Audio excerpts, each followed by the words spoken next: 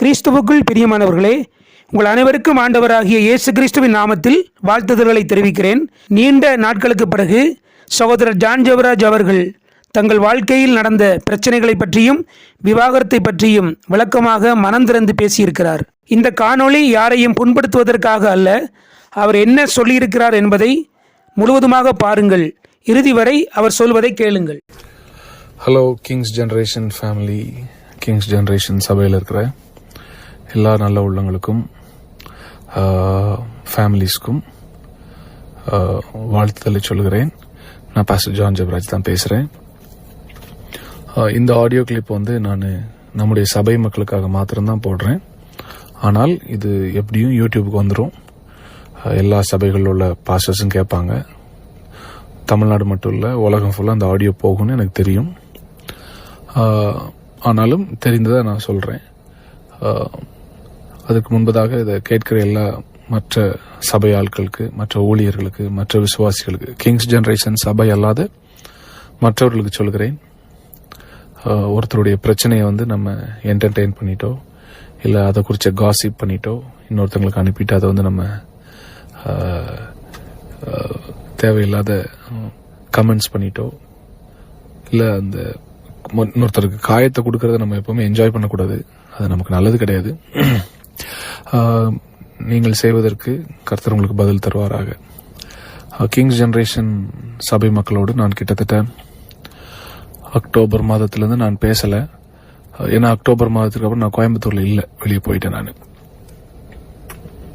இந்த ஆடியோவை நான் ரிலீஸ் பண்ற ஒரு கட்டாயத்தில் நான் வந்ததுனால வேற வழி இல்லாமல் நான் ரிலீஸ் பண்றேன். இந்த ஆடியோவில் நான் எல்லாம் பேச போறது கிடையாது. சில விஷயங்களை நம்முடைய சபை திறக்கப்படும் பொழுது ஜூன் 1ஆம் தேதி நம்முடைய சபையை மறுபடியும் கோயம்புத்தூர் பட்டணத்தில் திறக்கவிருக்கிறோம். எந்த கட்டடத்திற்காக நீங்க நிதி கொடுத்தீங்களோ அதே கட்டடத்தில் தான் நம்முடைய சபை ஆராதனை தொடங்கவிருக்கிறது. ஸோ நீங்க ஒருவேளை நாங்கள் ஆல்ரெடி வேற சபைகள் நாங்கள் போயிட்டோம், இல்லை சிலர் இனி இந்த சபைக்கு நாங்கள் வர விரும்பலன்னு சொன்னா கூட எனக்கு பிரச்சனை இல்லை. உங்களுக்காக நான் ஜெபிக்கிறேன். உங்களை மனதார நான் ரிலீஸ் பண்றேன். உங்களை ஆசீர்வதிக்கிறேன். நீங்க எங்க இருந்தாலும் நல்லா இருக்கணும். கிங்ஸ் ஜெனரேஷன் ஆரம்பித்து 5 வருடங்கள் ஆகிறது. இந்த 5 வருஷத்துல எத்தனை தியாகங்களை நான் சபைக்காக செய்திருக்கிறேன், இந்த சபை வளர்ச்சிக்காக செய்திருக்கிறேன், மக்களுடைய தேவைகளுக்காக செய்திருக்கிறேன். எத்தனை ஆயிரம் ஜனங்களை கர்த்தர் சுகமாக்கி இருக்கிறார்னு நீங்க எல்லாம் சாட்சி பார்த்திருக்கிறீங்க. ஆண்டவர் அந்த ஊழியத்தில் இருப்பதையும், ஆண்டவர் என்னோடு இருப்பதையும் பாடல்கள் மூலமாக, பிரசங்கத்தின் வாயிலாக எத்தனையோ ஹீலிங் டெஸ்டிமனிஸை நீங்க கேட்டு கர்த்தர் என்னோடு இருப்பதை கண்டுதான் கிட்டத்தட்ட 2300க்கும் மேற்பட்ட மெம்பர்ஸ் நம்ம சபையில சேர்ந்தீங்க. என்னுடைய குடும்ப பிரச்சனையை நான் பொது இடத்தில் பேச விரும்பவில்லை, அதை செய்யவும் மாட்டேன். ஒருவேளை அவர்கள் தரப்பிலிருந்து ஏதாவது அவதூறான குற்றச்சாட்டுகளையோ இல்ல ஆதாரமற்ற குற்றச்சாட்டுகளையோ அவர்கள் பொது தளத்தில் வைத்தால் அதையும் நான் சந்திக்க தயார் என்று பதிவிடுகிறேன். அப்புறம் நானும் அநேக உண்மைகளை பச்சையாக வெளியே சொல்ல வேண்டிய வரும். அதற்கு எதிர்த்தரப்பினர், என்னுடைய ரீமாவுடைய குடும்பத்திலிருந்து அவங்க செய்ய மாட்டாங்க, கொஞ்சம் டீசென்டா நடந்துக்கிடுவாங்க நான் நினைக்கிறேன். என் குடும்ப பிரச்சனையை நான் கிட்டத்தட்ட அநேக ஆண்டுகள் சந்தித்து வருகிறேன். ஆனால் நானும் அவளும் அதை மேற்கொண்டு ஜெபத்தினாலும் அறிவுரைகளினாலும் மேற்கொண்டு நாங்கள் அதை தொடர்ந்து செய்து கொண்டே வந்தோம். அந்த பிரச்சனை நான் அவசியப்படும் பொழுது சொல்றேன்னு சொல்லிட்டேன். அண்ட் பொது வளத்துல நான் சொல்ல மாட்டேன், பொது தளத்துல தான் சொல்ல மாட்டேன். நான் அது கடந்த ஒரு 2 வருடமாக கொஞ்சம் டாக்ஸிக்கா மாறி, குறிப்பா இந்த ஜூன் மாதத்திற்கு முன்பதாக சில காரியங்கள் நிமித்தமா எனக்கும் அவளுக்கும் உண்டான சில வாக்குவாதங்கள், சில கான்வர்சேஷன்ஸ்ல நான் 2 முறை சொல்லியிருந்தேன். இதற்கு அப்புறமும் இந்த மாதிரி பிரச்சனை தொடர்ந்து நடந்தால் அது டிவோர்ஸை நோக்கி போக வாய்ப்பு இருக்கு, வேண்டான்னு சொன்னேன். அதன் பின்பதாகவும் அது நடந்தது. ஸோ அதனால நான் அதை முழுசா சொல்ல விரும்பல. ஸோ ஷார்ட்டா உங்களுக்கு நான் சொல்றேன். அதுல இருந்து நான் வெளியே வந்தேன். ஜூன் மாதமே நான் என்னுடைய வீட்டிலிருந்து வெளியே வந்து விட்டேன். ஜூன் மாதமே வந்துட்டு அதன் பின்பதாக நான் அவங்க கிட்ட சொன்ன காரியம், இது உலகத்திற்கு தெரிய வேண்டாம், நம்ம இதை நமக்குள்ளேயே சுமூகமாக முடித்து விடலாம் என்று ஜூன் முதல் வாரத்திலேயே நான் வீட்டில் பேசிவிட்டு தான் வெளியே வந்தேன். என்னன்னா, நான் என்னுடைய ஊழியத்தில் இந்த சபையை ஆரம்பிக்கும் பொழுது யாருமே என் கூட இல்லை. எனக்கு அசிஸ்டன்ட் பாஸ்டர் யாரும் நான் நியமிக்கல, அசோசியேட் பாஸ்டர் யாரையும் நான் நியமிக்கல. ஆனா ஊழியம் வளர கொஞ்ச நாட்கள், நம்முடைய சபை வந்து ஒய்எம்சியில தான் ஆரம்பித்தோம், கோயம்புத்தூர் ஒய்எம்சியில. கொஞ்ச நாள் ஆக ஆக சபை வளர்ந்தது. அப்புறம் கொரோனா காலத்துல எல்லா சபையும் மூடப்பட்டது. அதன் பின்பதாக வேறொரு இடத்துல தொடங்க வேண்டும். ஏன்னா கொரோனா காலத்திலும் நம்முடைய எண்ணிக்கை மெம்பர்ஸ் வந்து ஆன்லைன் மூலமா அதிகமானாங்க. அவர்கள் எல்லாம் வந்தா வேற ஒரு இடம் தேவைப்படுமேன்னு சொல்லிதான் நம்ம வந்து வேற ஒரு இடத்தை நோக்கி போகிறோம். இந்த காலகட்டத்தில் தான் ஒரு நபர் வந்து எனக்கு அறிமுகமாகிறார். அவர் பெயரை நான் சொல்ல மாட்டேன். பெயரை சொல்வதற்கு பயம் இல்லை, பயத்தினால் அல்ல, நான் தைரியமா சொல்வேன். சீக்கிரம் ஒரு நாள் வெளியில அதை சொல்ல போறேன் நான். ஆனா சொல்றதுக்கு பதிலாக ஒரு ஹிண்ட் கொடுக்குறேன், எல்லாத்துக்கும் அது யாருன்னு தெரியும். அவரை தான் என் சர்ச்சில் எனக்கு அசோசியேட் அப்படின்னு சொல்லி வச்சிருந்தேன். கிங்ஸ் ஜெனரேஷன் சபையில் அவர் தான் ட்ரூத் டைம் எடுப்பார். அவருக்கு கிராஸ்கட் ரோட்ல அவங்க அப்பாவுக்கு, அவங்க தகப்பனாருக்கு ஒரு இடம் இருக்குது, ஒரு பில்டிங். அந்த பில்டிங்ல மொட்டை மாடி இருந்துச்சு. அந்த மொட்டை மாடியை அங்க ஏற்கனவே ஒரு பழைய பில்டிங் சிறிய அளவில் இருந்தது, உபயோகத்தில் இல்லாமல் இருந்தது. அப்ப அவர் சொன்னாரு, எங்க மொட்டை மாடியில் வேணா நம்ம சபா கட்டிக்கிடலாம், நம்ம அங்க ஆரம்பிக்கலாம் சொன்னாரு.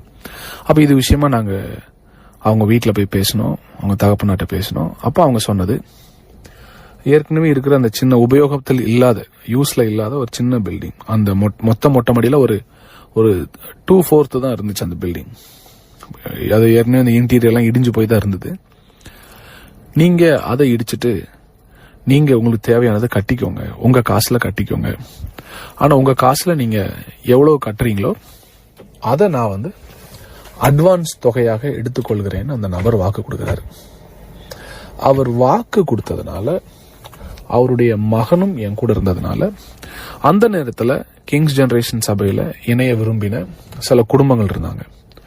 அந்த குடும்பங்களோடு நாங்கள் பேசி நாங்கள் ஒரு முடிவுக்கு வந்து அது எவ்வளவு தொகையாகும் நாங்கள் கணக்கிட்டு அந்த தொகையை நாங்கள் ஆன்லைன் மெம்பர்ஸ்டே நாங்கள் கலெக்ட் பண்ணி என்னுடைய பணமும் ஒரு பெரிய தொகையை போட்டு போத் எக்ஸ்டீரியர் அண்ட் இன்டீரியர் நாங்கள் பில் பண்றோம். எக்ஸ்டீரியர் பில் பண்றதுக்கு மட்டுமே கிட்டத்தட்ட 10 லட்சம் ரூபாய்க்கு மேல, குறைஞ்சது ஒரு 15 லட்சம் ரூபாய்க்கு பக்கத்துல செலவாயிருச்சு. ஏன்னா ஏற்கனவே இருந்ததை இடிச்சு நாங்க தான் அதை காலி பண்ணோம். அதை இடிச்சு அங்கிருந்து கிளீன் பண்ணி அதை கொண்டு போய் ஒரு இடத்துல கொட்டி அதை கிளீன் பண்ணி மறுபடியும் அந்த இடத்துல புதிய ஏற்கனவே இருந்த செவர்ல இருந்து அதிகமாக நாங்கள் கட்டி அதன் பின்பதாக நாங்கள் ஷீட் போட்டு எல்லாம் செய்தோம். இது போக தான் இன்டீரியர். ஸோ எக்ஸ்டீரியர் மட்டுமே கிட்டத்தட்ட நாங்கள் 15 லட்சம் ரூபாய் செலவு பண்ணோம். அவங்க முதல்ல சொன்ன வார்த்தை, நீங்க எவ்வளவு செலவு பண்றீங்களோ அதை நாங்க அட்வான்ஸ் தொகையாக எடுத்துக்கொள்கிறோம். இதை சொல்லும் போது அவர் பையன், அதாவது என்னுடைய அசோசியேட் பாஸ்டர் என் கூட இருந்தார். அவர் இருக்கும்போது நாங்க வந்து கட்டுறோம். அப்புறம் பத்திரம் போடுற அன்னைக்கு எவ்வளவு செலவாச்சுன்னு போய் சொல்றோம். ஆனா அவங்க அப்பா வந்து வெறும் 2 லட்சம் ரூபாய்க்கு அந்த அக்ரிமெண்ட்டை போட்டு கொண்டு வராரு. இது நடக்கும்போது என்னோட பிரதர் இம்மானுவேல், திருநெல்வேலியில ஜெகவானிசி பில்டர்ஸ் உடைய ஃபவுண்டர் அண்ணன் இம்மானுவேல் அண்ணன் இருக்காங்க. அப்புறம் நம்முடைய பில்டிங் கீழே ஒருத்தர் துணி கடை வச்சிருக்கிறாரு, பிரதர் பால் அப்படின்னு, அவர் எங்க கூட வந்தாரு. நாங்க அவங்க வீட்டில் போய் நாங்க அக்ரிமெண்ட் போடுறோம். அக்ரிமெண்ட் போடும்போது அந்த அக்ரிமெண்ட்ல அவங்க அப்பா வெறும் 2 லட்சம் ரூபாய் எழுதி வர்றாரு, மனசாட்சியே இல்லாம. அப்ப நாங்க அங்க உட்காந்து மறுபடியும் அதை தர்க்கம் பண்ணோம். நாங்க சொன்னோம், நீங்க எக்ஸ்டீரியர் கட்டிக்கோங்க, அப்போ அதுக்குரிய பணத்தை நான் என்ன செஞ்சிடறேன், அட்வான்ஸா எடுத்துக்கிறேன்னு சொன்னீங்க. ஆனா இப்போ கடைசியில வெறும் 2 லட்சம் ரூபாய் போடுறீங்களா அங்கிள், நான் பேசுறோம். அப்போ பேசும்போது அவங்க தாயாரும் கூட நிக்காங்க, அவங்க குடும்பமும் இருக்குது, எங்க சார்பா ஒரு 3 பேர் இருக்கிறோம் நாங்க. அப்போ அந்த அக்ரிமெண்ட் வந்து நாங்க அப்புறம் பேசி எவ்வளோன்னு எக்ஸ்பிளைன் பண்ணி ஒரு 10 லட்சம் ரூபாய்க்காவது போடுங்க அங்கிள். அப்புறம் 9 லட்சம், 8 லட்சம், 7 லட்சம், 6 லட்சம், 5.5 லட்சம். கடைசியில நான் சொன்னேன், நீங்க ஆண்டோருக்காக நீங்க கட்டுறத நீங்க ஏன் இவ்வளவு தர்க்கம் பண்றீங்க அங்கிள், நீங்க சொன்னதை நாங்க செஞ்சோம், 15 லட்ச ரூபா செலவு பண்ணியிருக்கோம். நீங்க அட்லீஸ்ட் ஒரு 5 லட்சமாவது போடுங்கன்னு சொன்னதுக்கு அப்புறம் வெறும் 5 லட்சத்துக்கு அந்த ஒப்பந்தம் எழுதப்பட்டது. அவர் பிரிண்ட் பண்ணி கொண்டு வந்து 2 லட்சம். ஆனா நான் கையில அதை மாற்றி எழுதினேன், திருத்தி எழுதினேன். 5 லட்சம் ரூபாய் செலவு. அதை நான் திருத்தி எழுதினேன். 5 லட்சம் ரூபாய் செலவானதுனால இந்த 5 லட்சத்தை நாங்க அட்வான்ஸாக கருதுகிறோம் அப்படின்னு நாங்க எழுதினதுக்கு பின்பதாக அங்க இருந்த சாட்சி கையெழுத்து, அதாவது எட்வின், நம்ம இம்மானுவல் அண்ணன், அப்புறம் பால் பிரதர், நான் 3 பேரும் எழுதி அதில் சாட்சி கையெழுத்தும் போடுறோம் 5 லட்சத்துக்கு. அந்த பத்திரத்துல கையால் எழுதுனதுனால அவங்க அப்பா என்ன சொன்னாரு, இதை நான் ஒரு பிரிண்ட் எடுத்து கொண்டு வரேன், இப்போதைக்கு இதை பேசிக்கிறோம், மறுபடியும் நம்ம என்ன செஞ்சிடலாம், இன்னொரு தடவை கையெழுத்து போடலாம் அப்படின்னு சொல்லிட்டு போனார். அதுக்கப்புறம் நாங்கள் சபையில் உள்ள போயிட்டோம். மாத வாடகை நாங்கள் கொடுத்துட்டு இருந்தோம். கரண்ட் பில் நாங்கள் தான் கட்டினோம், தண்ணி பில் நாங்கள் தான் கட்டினோம்.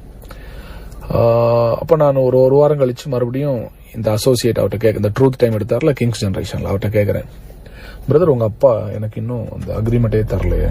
அப்போ இவர் சொன்னாரு, எங்க அப்பா ஹரிச்சந்திர மாதிரி பாஸ்டர், எங்க அப்பாவுடைய வார்த்தை ரொம்ப சுத்தமா இருக்கும். எங்க அப்பாவுக்கு அக்ரிமெண்ட் பேப்பரை விட அவர் வார்த்தை தான் ரொம்ப சுத்தமான ஆளு அப்படின்னு சொன்னோன்னா நான் இவர்கிட்ட சொன்னேன், பிரதர் உங்க அப்பாவை நான் நம்பல, பேப்பரையும் நான் நம்பல, ஆனா உங்களை நான் நம்புறேன், உங்களை நான் நேசிக்கிறேன். நீங்க புது உடன்படிக்கைன்னு சொல்லி என் கூட சேர்ந்ததுனால நான் உங்களை நம்புறேன், உங்க ஹார்ட்டை நம்புறேன்னு சொல்லிட்டு அந்த அக்ரிமெண்ட் பேப்பரை பத்தி அப்புறம் நான் பேசவே இல்லை. சபையும் 5 ஆண்டுகள் நடைபெறுகிறது. நீங்க ஒரு காரியத்தை கவனிக்கணும். 2024 ஜூன் மாதம் நான் வீட்டை விட்டு வெளியே வர்றேன் பிரச்சனையினால. வெளியே வரும்போது நான் இம்மீடியட்டா எங்க அப்பா அம்மாவுக்கும் சொல்லிட்டேன், என்னை சுற்றிலும் இருந்த எல்லாருக்கும் அதை நான் சொல்லிட்டேன், முக்கியமான நபர்களுக்கு சொல்லிட்டேன், இன்க்ளூடிங் ப்ராஃபட் டிஜோக்கு அது தெரியும். நான் வெளியே வர்றதுக்கு முன்னால இந்த மாதிரி சில முடிவுகளை குடும்பத்தில் நான் எடுக்கிறேன் என்று நான் முதல்ல நம்பி சொன்னதே அவர்கிட்ட தான். யாரு என் கூட அந்த அசோசியேட்டா இருந்தார்ல ஒருத்தர், இந்த ட்ரூத் டைம் பேசுறவர், கிங்ஸ் ஜெனரேஷன்ல வாக்கு மாறாத குடும்பத்தை சார்ந்தவர், பொய் சொல்ல தெரியாத ஒரு குடும்பம். அவர்கிட்ட தான் நான் ஃபர்ஸ்ட் சொல்றேன், இந்த மாதிரி என்னுடைய குடும்பத்தில் ஒரு சிறிய பிரச்சனை போகுது, இந்த மாதிரின்னு சொன்னோம்னா அவர் ஃபர்ஸ்ட் சொன்ன வார்த்தை, பாஸ்டர் நீங்க என்ன முடிவு எடுக்கிறீங்களோ நாங்க உங்க கூட இருக்கிறோம், நாங்க சபையா நிக்கிறோம். அதன் பின்பதாக நான் அமைதியா தான் இருந்தேன். ஒரு மாதம், ஒரு 1.5 மாதம் போகும்போது எங்களுடைய சபையில மொத்தமும் எதிர்த்தரப்பினரால, அதாவது என்னுடைய மனைவியின், அவளை நான் குறை சொல்ல விரும்பல, நாங்க என்ன எங்களுக்கு தெரிய வருது அப்படின்னா, சபையில் இருக்கிற அநேகருக்கு இந்த விஷயம் தெரிய ஆரம்பிக்கிறது. இதை யார் சொன்னா, ஏன் சொல்றாங்க எனக்கு ஒண்ணுமே புரியல. இப்போ கூட அது எனக்கு ஒரு டவுட் இருக்கு, ஒருவேளை இவர் மூலமா தான் போயிருக்க வாய்ப்பு இருக்குன்னு எனக்கு தோணுது. இப்போ சபையில் அதனுடைய ரிஃப்ளெக்ஷன்ஸ் தெரியுது, பாஸ்டருடைய ஃபேமிலியில் ஏதோ ஒரு சிறிய சலசலப்பு போகுதுன்னு. நான் இதன் நிமித்தமாய் ஜூலை ஆகஸ்ட் மாதம்லாம் வரும்போது ஒரு ஸ்ட்ராங்கான ஒரு டெசிஷனுக்கு வர்றேன். வந்துட்டு எங்க குடும்பத்திலையும் பேசிட்டு, எங்க சபையில சில ஒரு குற்றச்சாட்டை ஒரு குறிப்பிட்ட குடும்பத்தின் மீது வைத்துக் கொண்டே இருந்தாங்க. அப்ப அவங்க குடும்பத்தோட நாங்க போய் பேசிட்டோம், என்னென்ன நடக்கும், இதுக்கப்புறம் நாங்க என்ன முடிவு எடுக்க போறோம் பேசி நாங்க முடிச்சிட்டோம். இந்த எனக்கும் என் மனைவிக்கும் ஒரு சிறிய சலசலப்பு போகிறது என்பதை அறிந்து கொண்டு இந்த நபர், அதாவது அந்த அசோசியேட் ட்ரூத் டைம் எடுக்கிறவரு, என் மனைவி கூட போய் ஜாயின் பண்றாரு, கை கோத்துட்டாரு. எனக்கு இது தெரியவே தெரியாது. அவர் முதல்ல போகும்போது நடுநிலை மாதிரி போறாரு, கம்ப்ளீட்டா அந்த சைடு போகாம நடுநிலையா போயிட்டு அவங்க சைடும் பேசுறாரு, என் சைடும் பேசுறாரு. இதை பத்தி எனக்கு தெரியவே தெரியாது. நான் அநேக காரியத்தை சொல்ல அது அந்த சைடு தெரிய இது போய்கொண்டே இருக்குது. இதற்கிடையில இதை நான் பப்ளிக்ல நான் வெகு சீக்கிரத்தில் அனௌன்ஸ் பண்ணுவேன். இதை குறித்து எனக்கு பயமும் இல்லை. எந்த பெண்ணை ரொம்ப ஒரு பெண் பிள்ளைய தாக்கி அசிங்கப்படுத்தி அவமானப்படுத்தி சபையை விட்டு வெளியேற்றணும்னு நினைச்சாங்களோ அந்த பெண்ணின் குடும்பத்தோடு எங்கள் குடும்பம் பேசிவிட்டார்கள்.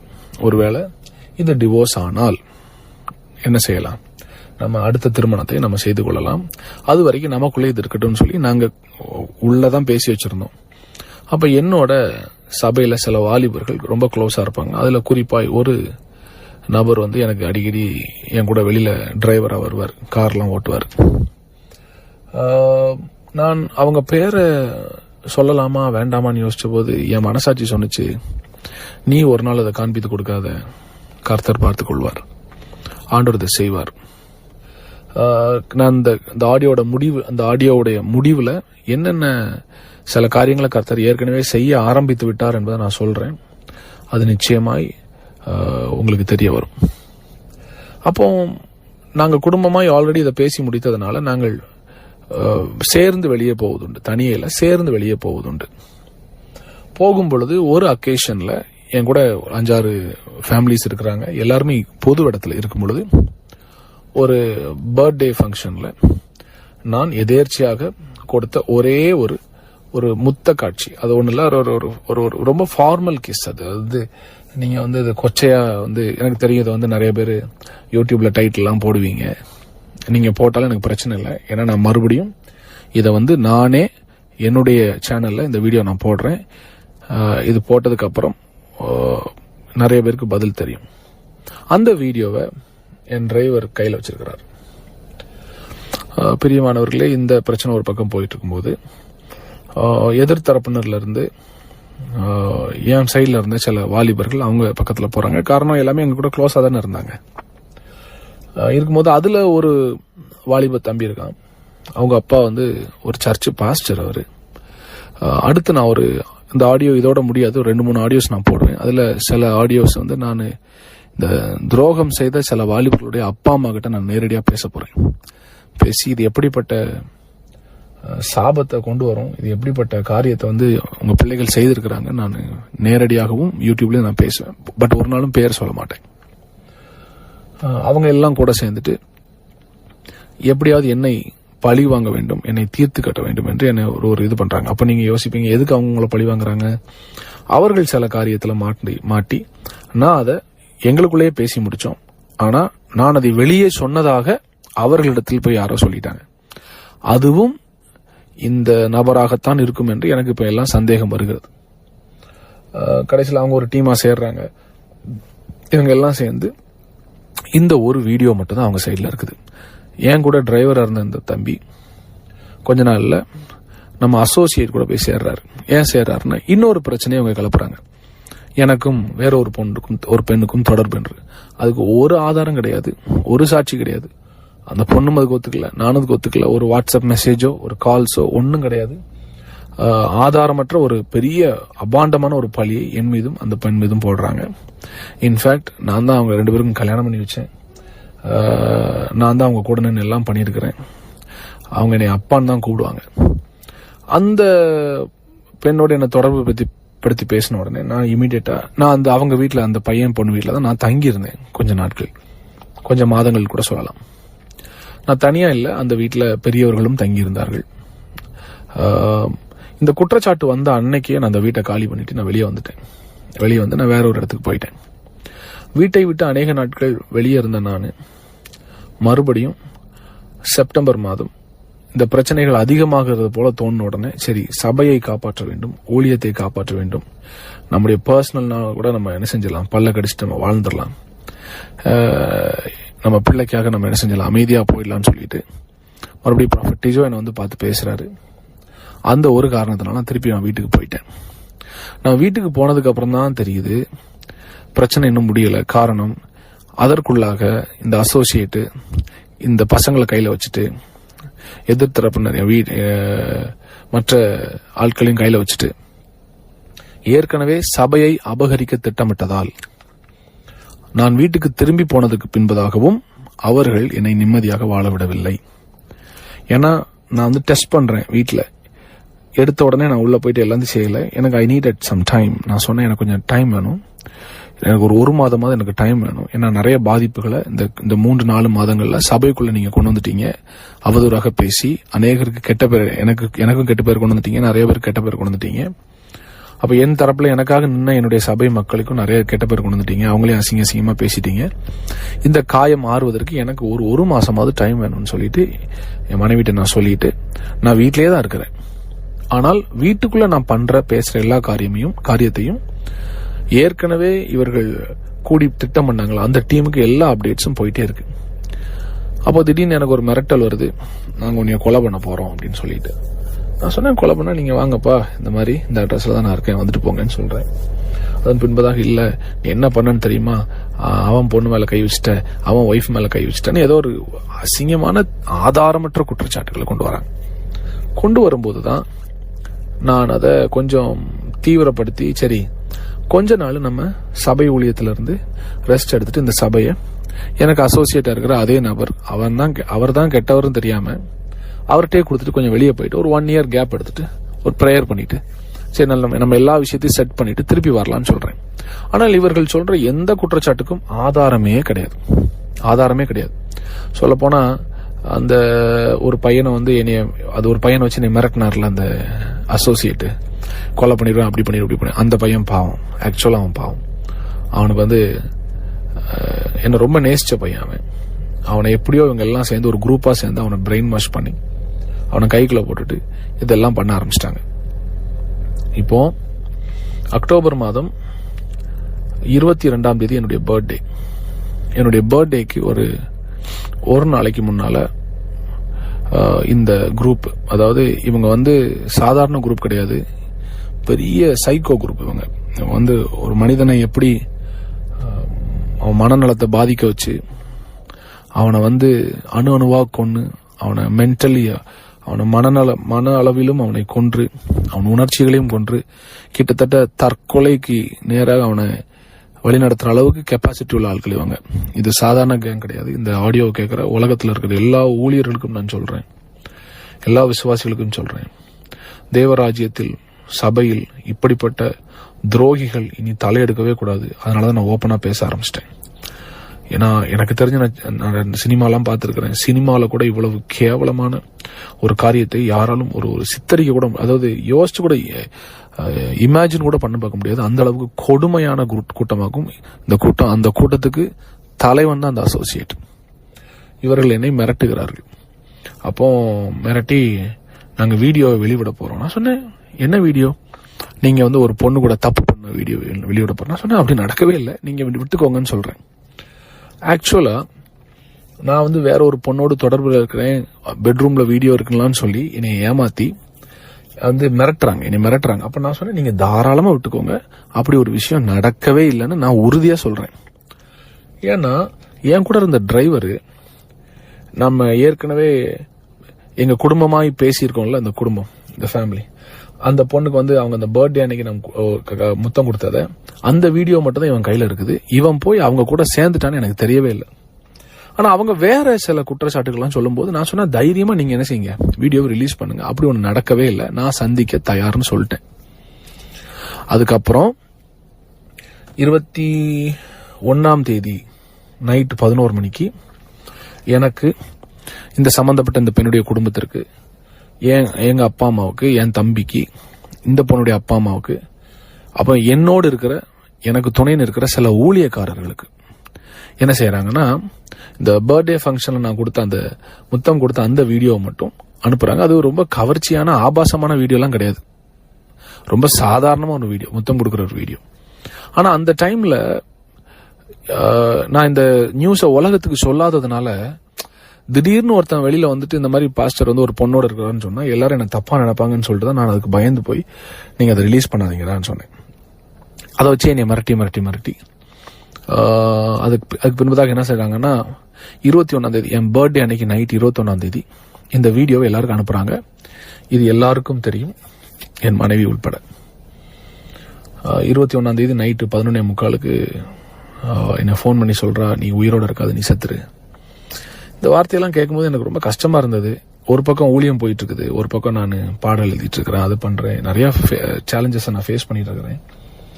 அப்போ இவங்களும் ஒரு பெரிய டீமா சேர்ந்துட்டு என்னை பழி வாங்க நினைக்கும் போது நான் கிட்டத்தட்ட செத்த பணமாகத்தான் தெரிந்தேன். எனக்கு ஒரே ஆறுதல் தேவ பிரசன்னம் மட்டும்தான். நான் ஆண்டவர்கிட்ட போய் அழுவேன், ஆண்டவரே நான் இது தப்பா செஞ்சேன், இது ரைட்டா செஞ்சேன், என்ன இருந்தாலும் நீங்க என்னை பாத்துக்கோங்க. நான் ஒரு நாளும் மனிதர்கள் என்னை பழிவாங்கவோ இதை பயன்படுத்தி என்னை அழிக்க நினைத்தால் அதுக்கு நீங்க ஒரு நாள் நீங்க சம்மதிக்க மாட்டீங்கன்னு தெரியும் ஆண்டவரே, நான் ஆண்டவர்கிட்ட சொல்றேன். 21ஆம் தேதி நைட்டு என் பர்த்டே கெடுப்பதற்காகவே கரெக்டா இவங்க என்ன பண்றாங்கன்னா ஒரு வீடியோ ரிலீஸ் பண்றாங்க. இந்த வீடியோவை முக்கியமான ஆட்களுக்கும் எனக்கும் அதை ஃபார்வர்ட் பண்றாங்க. நீங்க நல்லா கவனிங்க. அதன் பின்பதாக 22ஆம் தேதி என் பர்த்டே நான் ஒழுங்கா கொண்டாடல, நிம்மதியா நான் இல்லை. ஆக்சுவலா கொஞ்சம் கஷ்டமா தான் இருந்துச்சு எனக்கு இப்ப கூட அதை நினைச்சு அழுக வருது. பட் பரவாயில்ல. 27ஆம் தேதி சண்டே, 27ஆம் தேதி சண்டே. ஸோ என்னுடைய பர்த்டேக்கு ஒரு வாரத்துக்கு முன்பதாகவே என் சபையிலிருந்து குறிப்பா இந்த அசோசியேட்டும் அவருடைய மனைவியும் எங்க சபை குரூப்ல, வாட்ஸ்அப் குரூப்ல ஒரு மெசேஜ் போடுறாங்க. எங்களுக்கும் இந்த சபைக்கும் இனி சம்பந்தம் இல்லை அப்படின்னு ஒரு மெசேஜ் போடுறாங்க. இதை பார்த்துட்டு நான் மனவேதனைப்பட்டு அவருக்கு கூப்பிட்டோன்னே அவர் சொன்னார், இல்லை நாங்கள் ஆல்ரெடி முடிவு எடுத்துட்டோம். நான் சொன்னேன், எதற்காக நீங்க முடிவு எடுக்கிறீங்க? நீங்க இதுல வெளியே போறதுக்கு என்ன சம்பந்தம்? இல்ல ஜனங்கள் எங்க கிட்ட கேள்வி கேட்கறாங்க. நான் சொன்னேன், யார் கேள்வி கேட்டாலும் பாஸ்டர்ட்ட பேச சொல்லுங்க, என்கிட்ட பேச சொல்லுங்கன்னு சொன்னேன். ஆனா இவர் தான் தலைவன் எனக்கு தெரியாம நான் அவர் சொன்னதை நம்பிட்டு சொன்னேன், சரி பிரதர், ஒருவேளை நீங்க இந்த ஊழியத்தை விட்டு வெளியே போறீங்கன்னா பார்த்து போய்க்கோங்க, பட் நான் உயிரோட இருக்கிற வரைக்கும் ஊழியம் பண்ணுவேன், ஆனா ஊழியத்தை செஞ்சுக்கிறேன், நான் பாத்துக்கிறேன்னு சொல்லிட்டு விட்டுட்டேன். 2 வாரத்துக்கு முன்பதாகவே இந்த சபையின் ஊழியத்திலிருந்து விடுபடுகிறேன் என்று சொன்ன இந்த நபர் அந்த பசங்கள் கூட தான் கான்டாக்ட்ல இருந்தார். இன்ஃபேக்ட் அந்த ஒரு தம்பி என்னை ஒரு நாள் நைட் போன் பண்ணி உன்னை கொலை பண்ணிடுவேன், அதை பண்ணிடுவேன்னு சொல்லும்போது அதுக்கு கான்ஃபரன்ஸ் கால் போட்டு தந்ததே இவர் தான். அப்ப இவரோடு தான் அவங்க எல்லாமே கனெக்ஷன்ல இருக்கிறாங்க. ஒரு பெரிய நாடகம் என்னை சுத்தி அரங்கேறி கொண்டிருக்கிறது. எனக்கு இதை கிரகிக்க முடியல. என்னன்னா என் கூட இருந்த பசங்களை இவன் எனக்கு விரோதமா திருப்பி விட்டுட்டானேன்ற ஒரு ஆதங்கத்துல என்னால சாப்பிட முடியல, என்னால ஒண்ணுமே செய்ய முடியல.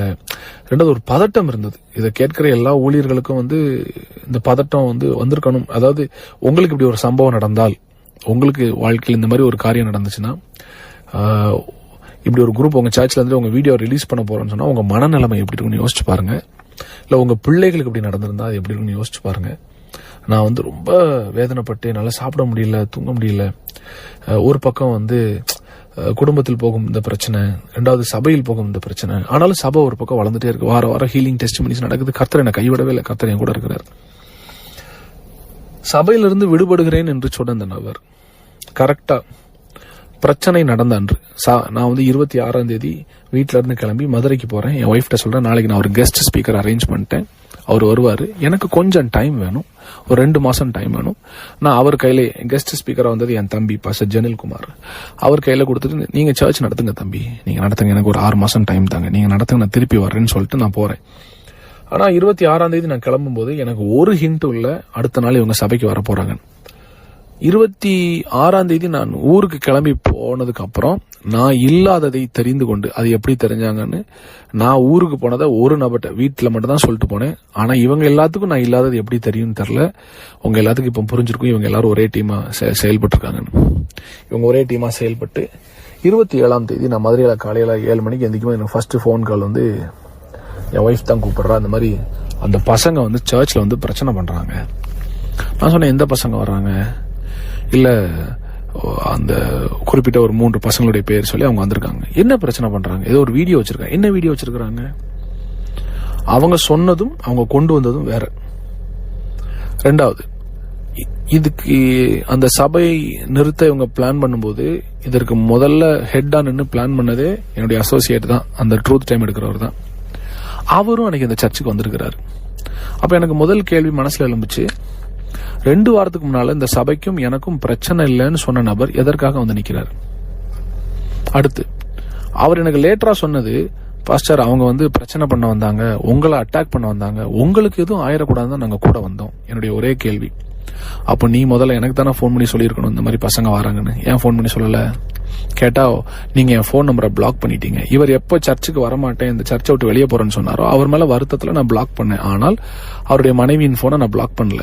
ரெண்டாவது, அவர் போன்ல இருந்து மட்டும் இல்ல, அவர் என்னை கான்டாக்ட் பண்ண நினைச்சிருந்தா எந்த போன்ல இருந்து என்னை கான்டாக்ட் பண்ணிருக்கலாம், அட்லீஸ்ட் ஒரு மெசேஜாவது அனுப்பியிருக்கலாம் எனக்கு அவரு. ஆனா அவர் செய்யவே இல்லை. என்னைய காப்பாற்றுவதை போல ஒரு நாடகம் ஆடிட்டு இந்த பசங்களை தூண்டி விட்டதே இந்த நபர் தான். அன்னைக்கு காலையில சபையை நிறுத்தும் போது இவங்களுக்கு எப்படி சர்ச்சை நிறுத்தணும்ன்ற ஐடியா வந்துச்சுன்னு எனக்கு இப்பவும் புரியவே இல்லை. இவங்க சொல்லுகிற குற்றச்சாட்டுக்கும் சபைக்கும் என்ன சம்மந்தம்னு தெரியல. ஒருவேளை அது உண்மை கிடையாது. ஒருவேளை அந்த அவங்க சொல்ற குற்றச்சாட்டு உண்மையா இருந்தா கூட அது ஒரு வீட்டுக்குள்ளேயோ ஒரு வெளியில வச்சோ பேசி தீர்க்கப்பட வேண்டிய ஒரு விஷயம். அதை கொண்டு வந்து இவ்வளவு வேகமாய் வளர்கிற ஒரு 2500 பேர் உள்ள சபையை வந்து ஞாயிற்றுக்கிழமை ஆராதனை நடக்கும்போது வந்து நிறுத்தினாங்கன்னா அப்ப எந்த அளவுக்கு இவர்களுக்கு தேவ பிரசனத்தின் மேலும் வார்த்தையின் மேலும் ஒரு நாட்டமோ ஒரு மரியாதையோ இருக்கு, எனக்கு ஒண்ணுமே புரியல. அதுவும் குறிப்பா இந்த நபர் இந்த ட்ரூத் டைம் எடுக்காரு பாருங்க, அன்பை மாத்திரம் தான் பேசுவார், கர்த்தர் நல்லவர்னு பேசுறாரு. ஒரு வேதாகம கல்லூரி கூட நடத்திட்டு இருக்காரு அவர். அது கூட நான் அவருக்கு கிராஜுவேஷன் கூட சப்போர்ட் பண்ணேன். இவருக்கு எப்படி ஒரு சபை ஆராதனையை நிறுத்துவதற்கு மனசு வந்துச்சுன்னே தெரியல. எனக்கு இப்போ நினைச்சாலும் கண்ணீர் வருது எனக்கு. இவர் வந்து நின்று அந்த பசங்களை ஏவி விட்டு சபையை நிறுத்துறாரு. இவர் சொன்னார் என்னை காப்பாற்ற வந்தேன்னு. ஆனா அன்னைக்கு அந்த பிரச்சனை நடக்கும்போது என்னுடைய இன்னொரு அசோசியேட் பாஸ்டர் டேவிட் ரமேஷ், என்னுடைய இன்னொரு அசோசியேட் பாஸ்டர் மனோகர் தாஸ், என்னுடைய இன்னொரு அசோசியேட் பாஸ்டர் சாம், இவங்க 3 பேர் அங்க இருக்கிறாங்க. இது போக என்னுடைய விசுவாசிகள் எல்லாரும் இருக்கிறாங்க. குறிப்பா என்னுடைய சில முக்கியமான மூப்பர்களும், பிரதர் ராஜ்குமார், இந்த மாதிரி சில முக்கியமான மூப்பர்களும் அங்க இருக்கிறாங்க. பிரதர் விக்டர் எல்லாம் இருக்கிறாங்க. இவங்க எல்லாரும் இந்த பசங்களை நிறுத்தி, தம்பி இது சபை, நீங்க சொல்ற குற்றச்சாட்டு தனிப்பட்ட குற்றச்சாட்டு, நீங்க அங்கதான் அதை பேசணும், சபையை நிறுத்த யாருக்கும் உரிமை இல்லைன்னு சொல்லி இந்த பசங்களை சொல்லி மேடையில இருந்து இறக்கி கீழே கொண்டு வந்துட்டாங்க. அந்த பசங்களும் வர்றாங்க. வந்த பசங்களை மறுபடியும் கையை பிடிச்சி முன்னால போய் நின்று பேசுன்னு சொன்னதே இந்த அசோசியேட் தான். யாரு? இந்த ட்ரூத் டைம் எடுக்கிறவர் தான். இது நான் அல்ல, அங்க இருந்த எல்லா விசுவாசிகளும் சொன்னது, எல்லா பாஸ்டர்ஸும் சொன்னது. என்கிட்ட போன் பண்ணி அழுதாங்க, பாஸ்டர் நாங்க இந்த பசங்க தான் பிரச்சனை பண்றாங்கன்னு நினைக்கிறோம், அப்புறம் தான் தெரியுது இவர் தான் பாஸ்டர் அந்த பசங்களே கூட்டிட்டு வந்திருக்கிறாரு, இவர் தான் அந்த பசங்களை மறுபடியும் மேடையில ஏற சொல்றாரு. அந்த பசங்க கீழ்ப்படிஞ்சு சபை ஆராதனையை தொடக்கூடாதுன்னு வெளியே போறாங்க பாஸ்டர். ஆனா இவர் கேட்க மாட்டேக்காரு. இவர் கையை பிடிச்சு மறுபடியும் மேடை கூட்டு போறாரு. இவர் கையை பிடிச்சு பேசுங்கடான்னு சொல்றாரு. அடுத்தது நான் சொன்னேன்ல அந்த பர்த்டே பார்ட்டில கிஸ் பண்ண வீடியோ, அந்த வீடியோவை போன்ல எல்லாருக்கும் காண்பித்ததே இவர் தான். யாரு? அசோசியேட் தான். இந்த ட்ரூத் டைம் நடத்துறவர் தான். அந்த அவர் போன்ல, வேற ஒருத்தன் போன்ல இல்ல, அவர் போன்ல எல்லாருக்கும் பிளே பண்ணி காமிச்சிருக்கிறாரு. இதுக்கு அங்க இருக்கிற விசுவாசிகள் சாட்சி, அங்க இருக்கிற விசுவாசிகள் சாட்சி. இவரே போன்ல அந்த வீடியோ எல்லாத்தையும் காமிச்சு பாருங்க, நம்ம பாஸ்டர் என்ன பண்றாரு பாருங்க. அது ஒரு பெரிய ஆபாசமான வீடியோவும் கிடையாது. அதை காண்பிச்சுட்டு இவங்க சொன்ன அடுத்த குற்றச்சாட்டு என்னன்னா, அது போதுமான ஆதாரம் அது கிடையாததுனால அதை வைத்து ஒரு பெரிய சபையை நிறுத்துவதற்கான ஒரு போதுமான அது ஆதாரமாய் தோன்றாததுனால இவங்க வேற ஒரு பல குற்றச்சாட்டுகளை சேர்ந்து வைக்கிறாங்க. அதுல அவங்க சொன்னது என்னன்னா, இது மட்டும் இல்ல, இதை போல நிறைய வீடியோஸ் நாங்க வச்சிருக்கிறோம், இது போல நாங்க நிறைய வீடியோஸ் வச்சிருக்கிறோம், அவர் நிறைய பெண்களோட தப்பு பண்ணியிருக்கிறாரு.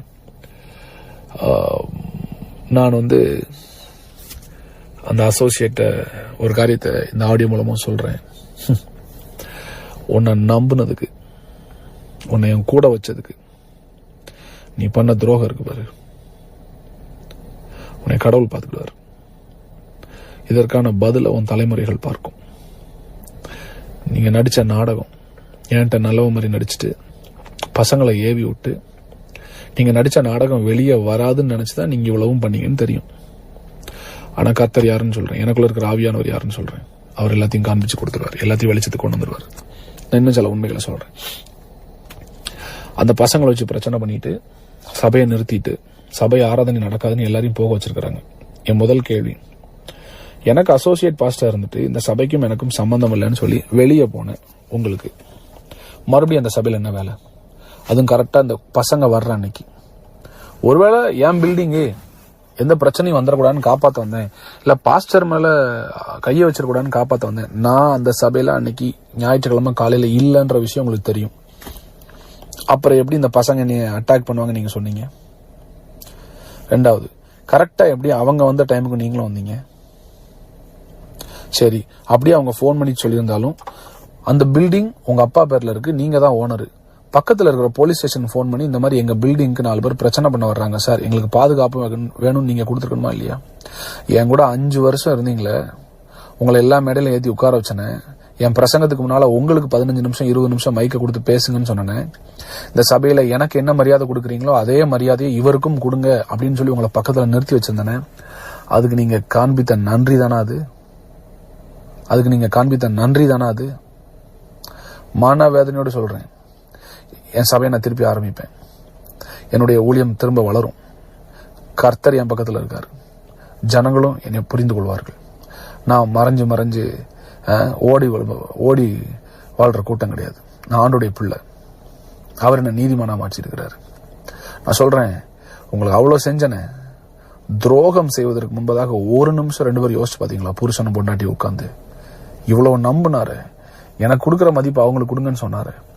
இந்த சபை ஒருவேளை நான் அடுத்து கிளை சபைகள் வேற தேசங்கள்ல ஆரம்பிச்சா நான் போவேன். அப்ப இந்த சபை எவ்வளவு பெரிய சபையா இருந்தாலும் இதை என்னுடைய அசோசியேட் கையில கொடுத்துட்டு போவேன்னு சொன்னேன்.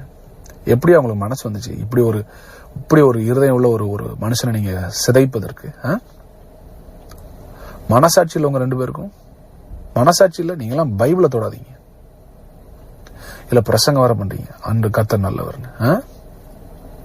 சரி, மற்ற மக்களுக்கு நான் அதை சொல்றேன். ஏன்னா அந்த ஆடியோ அவரும் கேட்பாரு, அவருக்கும் தெரியணும், அவருக்கும் குத்தணும். இது அவங்க குடும்பத்தாருக்கும் தெரியணும். இப்படி ஒரு பாம்பை வளர்த்து வச்சிருக்கிறோம், இப்படி ஒரு சர்ப்பத்தை வளர்த்து வேற ஒரு உலகத்துல கர்த்தரால உயர்த்தப்பட்ட ஒரு பிள்ளைய எந்த சிபாரிசும் இல்லாம, எந்த யாருடைய ரெக்கமெண்டேஷன் இல்லாம, கிருபையால மாத்திரம் மேல வந்து இத்தனை ஆண்டுகள் கஷ்டப்பட்டு ஊழியத்துல மேல வந்து உலகத்துக்கே ஆசீர்வாதமா இருக்கிற ஒரு பிள்ளைய உங்க மகன் மனசாட்சி இல்லாம கொண்டிருக்கிறான். அது உங்களுக்கு கேட்கணும், உங்களுக்கு புரியணும். சாபத்தை சம்பாதிச்சு வச்சிருக்கீங்க நீங்க.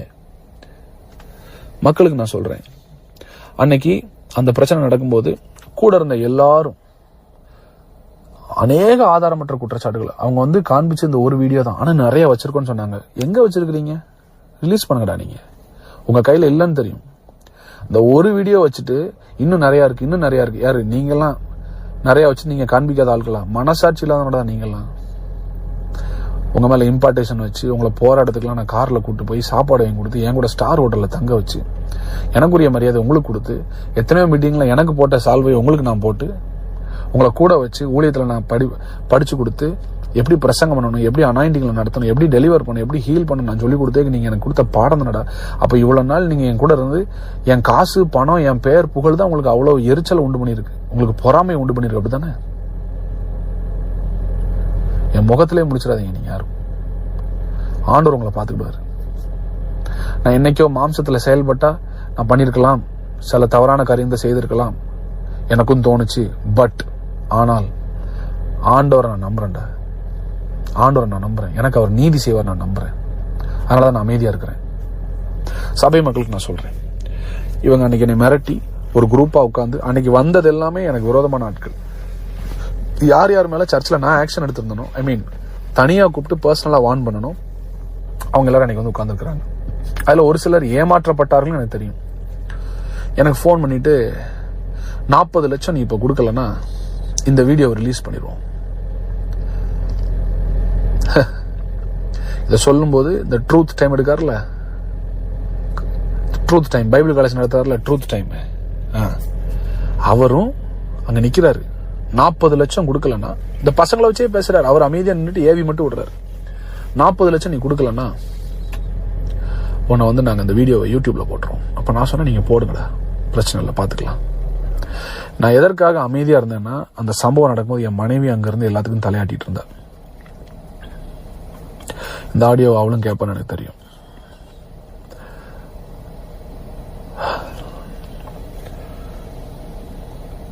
ரீமா, இவங்க எல்லாம் உனக்கு உதவி செய்யல, வாழ்க்கையை கொண்டிருக்காங்க, உன் ஃபியூச்சர் அழிச்சிருக்காங்க மட்டும் புரிஞ்சுக்கோ. நீ உன்னை குறிச்சோ உன் குடும்பத்தை குறிச்சோ நான் பப்ளிக்ல ஒன்னாலும் தப்பா பேச மாட்டேன். அதற்குரிய வரையறையை நீங்க தான் பாதுகாத்துக்கணும். அந்த லிமிட்டை நீங்க தான் காப்பாத்திக்கிடணும். நீங்களும் ஒரு லிமிட்டை தாண்டி போனீங்கன்னா நானும் சில விஷயத்த பேச வேண்டிய வரும். அது வரக்கூடாதுன்னு நான் ஜெபிக்கிறேன். இனிமேலாவது புரிஞ்சுக்கோ. நமக்கு 2 பேரும் நடக்கிற மிஸ் அண்டர்ஸ்டாண்டிங்ல உள்ள வந்து எவனோ ஒருத்தன் எவ்வளவு பெரிய கேம் விளையாண்டு அசிங்கத்தை உண்டு பண்ணி உன்னையும் நடத்தல நிறுத்திருக்கான், என்னையும் அவன் துரத்தி சாவுக்கு நேரம் ஓட வச்சிருக்கான். கர்த்தர் என்னை காப்பாத்திருக்கிறார். உனக்கு ஒரு விஷயம் புரியணும். இந்த பிரச்சனை நடக்கும்போது எந்த ஒரு மனுஷனா இருந்தாலும் அவனுக்கு முதல்ல தோன்றது செத்து போயிடலான்னு. எனக்கு கிட்டத்தட்ட 4-5 முறை தற்கொலை செய்கிற எண்ணம் வந்தது. டிப்ரெஷன்ல இருந்தேன் 3 மாசமா. சாப்பிடல, 9 கிலோ கம்மியான உடம்புல. பட் ஸ்டில் ஒவ்வொரு நாளும் ஆண்டவர் பிரசனத்துல உட்காந்து ஜெபம் பண்ணேன். நீ நினைப்ப இவ்வளவு தப்பா பண்ணிட்டு அதை பண்ற, ஒன்னும் இல்லை தெரியுமா, நம்ம 2 பேருக்கு தான் தெரியும் என்னென்ன தவறு நடந்துச்சுன்னு. என்னவா இருந்தாலும் அதை கர்த்தர் என்னை பார்த்துக்கிடுவார். மறுபடியும் சொல்றேன், ஒன்ன நான் பொது இடத்துல அசிங்கப்படுத்த மாட்டேன். நீயே ஒருவேளை வெளியில என்னை பத்தி தப்பா சொன்னாலும் I will never open my mouth to tell the world who you are, and I will never do that. Yeah, I love my son Zain. சபை மக்களுக்கு நான் சொல்றேன், அன்னைக்கு 40 லட்ச ரூபாய் டிமாண்ட் பண்றாங்க, நான் கொடுக்க முடியாதுன்னு சொன்னா அன்னைக்கு சாயங்காலமே யூடியூப் காரங்களுக்கு ஃபோன் பண்ணி இந்த மாதிரி ஒரு பிரச்சனை போகுதுன்னு எனக்கு கொஞ்சம் கொஞ்சமா கொடுக்குறாங்க, பெயின் கொடுக்குறாங்க. நான் சொல்றேன், அதாவது ஒரு மனுஷனுக்கு எவ்வளவு பெயினை தாங்கிக் கொள்வதற்கு பலன் இருக்குன்னு எனக்கு தெரியல. பட் நான் சில நாள் ஆண்டவர்கிட்ட நான் அழுது சொன்னேன், எனக்கு பலன் இல்லை ஆண்டவரே, எனக்கு பலன் இல்லை. எஸ், நான் சந்தோஷமான ஜான் ஜெபராஜ், ஆடி பாடுற ஜான் ஜெபராஜ் தேவ பிரசன்னத்துல. எஸ், உண்மை, நானும் மனுஷன் தானே, என்னால முடியல ஆண்டவர். நான் ஆண்டவர்கிட்ட சொன்னேன், ஆண்டவரே ஒன்னு எடுத்துக்கோங்க, இல்ல நாங்க வந்துடுறேன், என்னால இங்க முடியல ஆண்டவரே. இதற்கிடையே இவங்க எல்லாரும் சேர்ந்து என்னுடைய ஆதரவாளர்கள், என் கூட நிக்கிற சில பெரிய ஊழியர்களுக்கு இவங்க ஏற்கனவே 1-2 மாதங்களுக்கு முன்பதாகவே இவங்க தனிப்பட்ட விதத்துல போன் பண்ணி பேசி, இவங்க எல்லாரும் சேர்ந்து ஆமான்னு சொன்ன உடனே அவங்களும் நம்பி, இவங்க யாருமே இந்த பிரச்சனை நடக்கும் எனக்கு ஒரு ஃபோன் கூட பண்ணல. சிலர் ஃபோன் பண்ணி சில அறிவுரைகளை சொல்ல விரும்பினாங்க. இந்த பிரச்சனையை கேட்டு என்கிட்ட பேசாம போனேன், என்னை விட்டு தள்ளி போனேன், இனிமே அதை யூஸ் பண்ணக்கூடாதுன்னு நினைச்ச எல்லா ஊழியக்காரங்களுக்கும் ஒரு காரியத்தை சொல்றேன். இதுவரைக்கும் நீங்க காண்பித்த அன்புக்கு நன்றி. நீங்க எடுத்த முடிவு நல்லது. நான் மரண இருளின் பள்ளத்தாக்கில் போகும்போது என் கூட நிக்காம கண்மலை உச்சியில் மாத்திரம் என் கூட நிக்க விரும்பின உங்களுக்கு நான் ஒரு காரியத்தை சொல்றேன். இனி உங்க நட்பு எனக்கு தேவையில்லை. இந்த உலகத்துல வாழ எனக்கு தெரியும். கர்த்தர் என் கூட இருக்கிறாரு. என்னை நேசிப்பதற்காக கோடிக்கணக்கான மக்கள் ஆண்டவர் வச்சிருக்கிறாரு. எஸ், வச்சிருக்கிறாரு. ஆண்டவர் எனக்காக யுத்தம் செய்வார். கர்த்தர் எனக்காக யுத்தம் செய்வார். ஒரு மனுஷனை மிரட்டி ஊழியத்தை எடுத்து குடும்பத்தை பிரிச்சு விட்ட அசோசியேட் பைபிள் காலேஜ் நிறுவனருக்கு சொல்றேன், ஆண்டோடைய பார்வையில் நீ செஞ்சது பெரிய துரோகம். கிருபையை பேசுறேன்னு சொல்லிட்டு என்னைய கவர் பண்றதை விட்டுட்டு என் நிர்வாணத்தை வெளியில காமிச்ச ஒண்ணு உன் குடும்பத்தை கர்த்தர் பார்த்துக்கிடுவார். வயிறு எறிஞ்சு சொல்றேன், கர்த்தர் பார்த்துட்டு உன்னை. இதெல்லாம் நடக்கும்போது நான் எங்க ஊருக்கு போயிட்டேன். எங்க ஊர்ல இருந்து நான் எல்லாத்தையும் டீல் பண்ணிட்டு இருக்கிறேன். நீங்க எல்லாம் புரிஞ்சுக்கோங்க, இந்த சபையை நானே கொடுப்பேன்னு சொல்லும்போது எனக்கு வேண்டாம்னு சொல்லிட்டு போன இந்த அசோசியேட் ட்ரூத் டைம் எடுக்கிறவரு கரெக்டா அந்த சபை நிறுத்தப்பட்ட அடுத்த ஒரு வாரத்துல சபை தொடங்குறாரு. சபை தொடங்கினவர் என்ன பண்ணாரு அப்படின்னா, நம்ம சர்ச்சில் மீடியால இருக்கிற எல்லா கான்டாக்டையும் கம்ப்யூட்டர்ல இருந்து திருடிட்டு போய் அங்க இருக்கிற நம்ம ஜனங்கள் ஜான் ஜெபராஜ்ன்ற பெயரை பார்த்து சபைக்கு வந்த எல்லா விசுவாசிகளுக்கும் இவங்க மெசேஜ் அனுப்புறாங்க, நாங்க சர்ச் திறக்கிறோம் வாங்கன்னு. ஜனங்கள் வந்தார்களா? எஸ், ஆரம்பத்தில் ஒரு 70-80 பேர் வந்தாங்க. ஆனா இப்ப நான் கேள்விப்பட்டேன் ஒரு 20-30 பேர் தான் போறாங்கன்னு. வந்தவங்கட்டெல்லாம் இவர் என்ன சொல்லியிருக்கிறாரு, பாஸ்டர் திடுன்னு விட்டுட்டு போயிட்டாரு, வேற வழி இல்லை, நான் சர்ச் நடத்துறேன், அவர் எப்போ வந்தாலும் இந்த சர்ச்சை நான் திருப்பி கொடுத்துருவேன். பிசாசுக்கு ஒரு வசனத்துல ஒரு இது உண்டு, அவன் பொய்யனும் பொய்க்கு பிதாவுமா இருக்கிறான். இவ்வளவு சொன்ன நீ ஏன்பா அன்னைக்கு இந்த வீடியோவை சபா மக்களுக்கு உன் போன்ல காமிச்ச? 40 லட்ச ரூபா அவன் கேட்கும் போது பக்கத்துல தான் நீ நின்றுட்டு இருந்த. சரி, சபையை மூடினீங்களே, சபையை மூடிட்டு சாவியை எதுக்கு நீ உன் வீட்டுக்கு எடுத்துட்டு போன? உங்க அப்பா கட்டடம், நான் வாடகை கொடுக்குறேன், நான் அட்வான்ஸ் கொடுத்துருக்கேன், நான் தான் அந்த கட்டடத்தையே கட்டியிருக்கேன் மேல மாடியில. சாவியை எடுத்துட்டு போறதுக்கு உனக்கு யார் அதிகாரம் கொடுத்தது? பொய் சாவியை எடுத்துட்டு போல, சாவி அங்கதான் இருந்துச்சு. எஸ், பூட்டப்பட்ட ஒரு நாள் தான் சாவி அந்த பாக்ஸ்ல இருந்துச்சு. நீ மறுநாள் சர்ச்சை பூட்டிட்டு நீ சாவியை வீட்டுக்கு கொண்டு போனதை நம்ம சர்ச்சில் இருக்கிற ஜோஸ் என்ற தம்பியை தான் நான் நியமிச்சிருந்தேன். அந்த தம்பி எனக்கு போன் பண்ணி சொல்லிட்டான், இந்த மாதிரி அவர் சாவி எடுத்துட்டு வீட்டுக்கு போயிட்டாருன்னு. வீட்டுக்கு போனது மட்டும் இல்ல, அதுக்கப்புறம் நான் அந்த சர்ச்சில் இருக்கிற மொத்த இன்டீரியர்ஸை நான் தான் பண்ணியிருக்கிறேன். நம்முடைய PA சிஸ்டம், நம்முடைய மியூசிக் சிஸ்டம், நம்முடைய லைட்ஸ், டிவி, ஏசி எல்லாம் உள்ள இருக்குது. அதை நான் கேட்கிறேன், எனக்கு வேணும்னு கேட்கிறேன். சாவி இவர் கையில இருக்குது. நான் பொருளை திருப்பி கேட்டோன்னே அவர் சொன்னது, அவர் திரும்பி வந்தாதான் கொடுப்போம். ஏன்னா இந்த வீடியோ வச்சு இவங்க மிரட்டினதுனால, எங்க சபை மக்கள்கிட்ட இந்த வீடியோ போட்டு காமிச்சதுனால எனக்கு கூச்சம், எனக்கு வெட்கம், என் ஜனங்கள் என்னை வந்து என்ன நினைப்பாங்கன்னு சொல்லிட்டு நான் வந்து நொறுக்கப்பட்டு நான் வர முடியாத சூழ்நிலை. அப்ப நான் வேற ஒரு பிரதரை வச்சுதான், நம்முடைய சபையின் மூப்பர் பிரதர் ராஜ்குமார் வச்சுதான் நான் டீல் பண்றேன். பிரதர் ராஜ்குமார், நீங்க வந்து இது பொருளை கேளுங்க. அதுக்கு அவர் சொன்னது, அதுக்கு வந்து அசோசியேட் அவரு ட்ரூத் டைம் எடுக்கிற சொல்றாரு, அவர் நேரில் வந்ததான் சாட்சி, இது பொருளை தருவேன். அப்புறம் நாங்க ஒரு லெட்டர் எழுதி கொடுக்குறோம், அபிஷியல் லெட்டர், என்னுடைய லெட்டர் எழுதி கொடுத்து என்னுடைய பொருட்கள்லாம் ரிலீஸ் பண்ணும். அதுக்கு அவங்க அப்பா அவரும் சேர்ந்துட்டு அவர் வந்தாதான் கொடுப்போம். இவங்க என்ன நினைச்சிட்டாங்க, நான் வரமாட்டேன், அந்த பொருளையும் ஆட்டையை போட்டுடலாம் அப்படின்னு. கடைசியில அந்த பொருளுக்கு ஒரு விலை பேசுறாங்க என்னுடைய மூப்பர்கிட்ட. எல்லா பொருளையும் சேர்த்து நாங்க ஒரு 1.5 லட்சம் ரூபாய்க்கு எடுத்துக்கிறோம். என் PA சிஸ்டம் மட்டுமே 15 லட்சம் ரூபா, கீபோர்டு, ட்ரம்ஸ், கிட்டாரு, உள்ள இருக்க full interior, extra speakers, TV 3 TV, AC 3 camera, computer 2 computer, இன்னும் நிறைய பொருட்களுக்கு எனக்கு மனசுல வர மாட்டேங்குது. இப்போ இவ்வளவு நான் உள்ள வச்சிருக்கிறேன். கிட்டத்தட்ட 40-50 லட்ச ரூபா பொருள் உள்ள இருக்கு. 1.5 லட்ச ரூபாய் கேட்கிறாரு. அப்ப நான் சொன்னேன், எனக்கு பொருள் வேணும். ஏன்னா எங்களுக்கு நிறைய சபை இருக்கு, இல்ல ஏதாவது கஷ்டப்பட்ட ஏழை ஊழியர்களுக்கு நான் கொடுத்துட்றேன். 1.5 லட்ச ரூபாய்க்கு நான் அதை ஏமாற விரும்பல, எனக்கு வேணும்னு சொல்றேன். பொருளை கேட்டதுனால இவர் கையில தானே சாவி இருந்தது. இவர் கையில சாவி இருக்கும்போது எப்படி அந்த டிரைவர் வந்து, எனக்கு டிரைவரா ஓடினவன் சர்ச்சில் வந்து 2 ஏசியை தூக்கிட்டு போறான், சர்ச்சில் இருக்க கம்ப்யூட்டரை தூக்கிட்டு போறாங்க. நம்ம சபையில மீடியால இருந்த ஒரு பையன், குள்ளமா இருப்பான் ஒருத்தன், ஒரு பாட்டெல்லாம் ரிலீஸ் பண்ணிருக்கான். அவன் யாருன்னு எல்லாம் நான் ஃபியூச்சர்ல சொல்ல தான் போறேன். நம்ம சர்ச் லேப்டாப்பை தூக்கிட்டு போறான், திருடிட்டு போயிருக்கான். அதுக்குடைய பில் நம்ம கையில இருக்கு. வெகு சீக்கிரத்தில் அதுக்கான கேஸும் நான் கொடுப்பேன். அவனை நான் ஸ்டேஷன்ல வச்சு நான் பார்ப்பேன். என் கேமராவை திருடிட்டு போயிருக்கானுங்க. அன்னைக்கு பிரச்சனை நடக்கிற அன்னைக்கு அந்த பசங்க கிட்ட யார் யாருக்கு என்னென்ன பொருள் வேணுமோ தூக்கிட்டு போங்கன்னு சொன்னதே இந்த அசோசியேட் தான். யாரு? இந்த ட்ரூத் டைம் எடுக்கிறவர் தான். இதெல்லாம் யார் பாஸ்டர் சொன்னா? அங்க இருந்த 20க்கும் மேற்பட்ட நம்முடைய விசுவாசிகள், என்னை நேசிக்கிறவர்கள், என்னை நேசிக்கிறவர்கள், நான் சொல்லிக் கொடுத்த கிருபையை உண்மையாய் புரிந்து கொண்டவர்கள், தேவ மனிதனை கனம் செய்கிற ஒரு 30-35 பேர் பார்த்தவங்க சொன்னாங்க. அன்னைக்கு பொருள் எடுத்துட்டு போக சொன்னதே இவர் தான். இது போக எனக்கு ஆதரவு தெரிவிச்சு, அப்பா என்னதான் இருந்தாலும் அவர் நம்ம ஊழியக்காரரு, இவ்வளவு பெரிய சபையை கட்டியிருக்கிறாரு, நமக்காக இவ்வளவு தியாகம் பண்ணியிருக்கிறாரு, பர்சனல் மேட்டரை நீங்க சர்ச்சில் கொண்டு வந்து பேசி அசிங்கப்படுத்தாதீங்க, விடுங்கன்னு சொன்ன போது அவங்க கிட்டையும் போய் வீடியோ காண்பிச்சு, இன்னும் அவரை நம்புறீங்க, வாங்க அவரை விட்டுட்டு வாங்க, நம்மெல்லாம் தனியா சபை ஆரம்பிப்போம்னு சொன்னதே இவர் தான். சரி, பொருளை தரல. அதுக்கப்புறம் நானே போன் பண்ணேன் அவருக்கு. அவர் போன் அட்டன் பண்ணல. எப்படி அட்டன் பண்ணுவாரு? துரோகம் செஞ்சது தெரியும்ல, எப்படி மனசாட்சி குத்தும்ல. அப்போ ஒரு மனைவிக்கு நான் போன் பண்ணி பேசுறேன். பேசும்போது நான் சில காரியத்தை கேட்கும்போது அவங்களுக்கு பதில் இல்லை. அப்புறம் அவங்க சொன்னாங்க, நீங்க எடுத்துக்கோங்க, பொருளை எடுத்துக்கோங்க.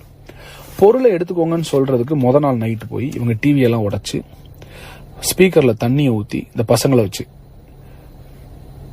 எல்லா ஸ்பீக்கர்ஸையும் நாசமாக்குறாங்க. இப்போ நான் அந்த மிக்சர்லாம் கொண்டு வந்து நான் ஒர்க் பண்ண வச்சா மிக்சர் ஒர்க் ஆக மாட்டேன். மிக்சரை உடைச்சிருக்கிறாங்க, ஸ்பீக்கர்ஸ்குள்ள தண்ணி ஊத்தி இருக்கிறாங்க. டிவி 3 டிவிலுமே ஒரு ஸ்பேனர் வச்சு குத்தி இருக்கு, ஸ்க்ரூ டிரைவர் வச்சு குத்தி ஃபுல் ஸ்கிரீன் உடஞ்சிருக்குது. ஒன்னு பொருளை ஏன்ட்ட விட்டுட்டு போ, இல்லாட்டா உனக்கு அது தரமாட்டேன்ற ஒரு எண்ணத்துல, யாருக்கும் கிடைக்கக்கூடாது, எங்களுக்கு கிடைக்காது யாருக்கும் கிடைக்கக்கூடாதுன்ற எண்ணத்துல அதை சிதைக்கிறாங்க.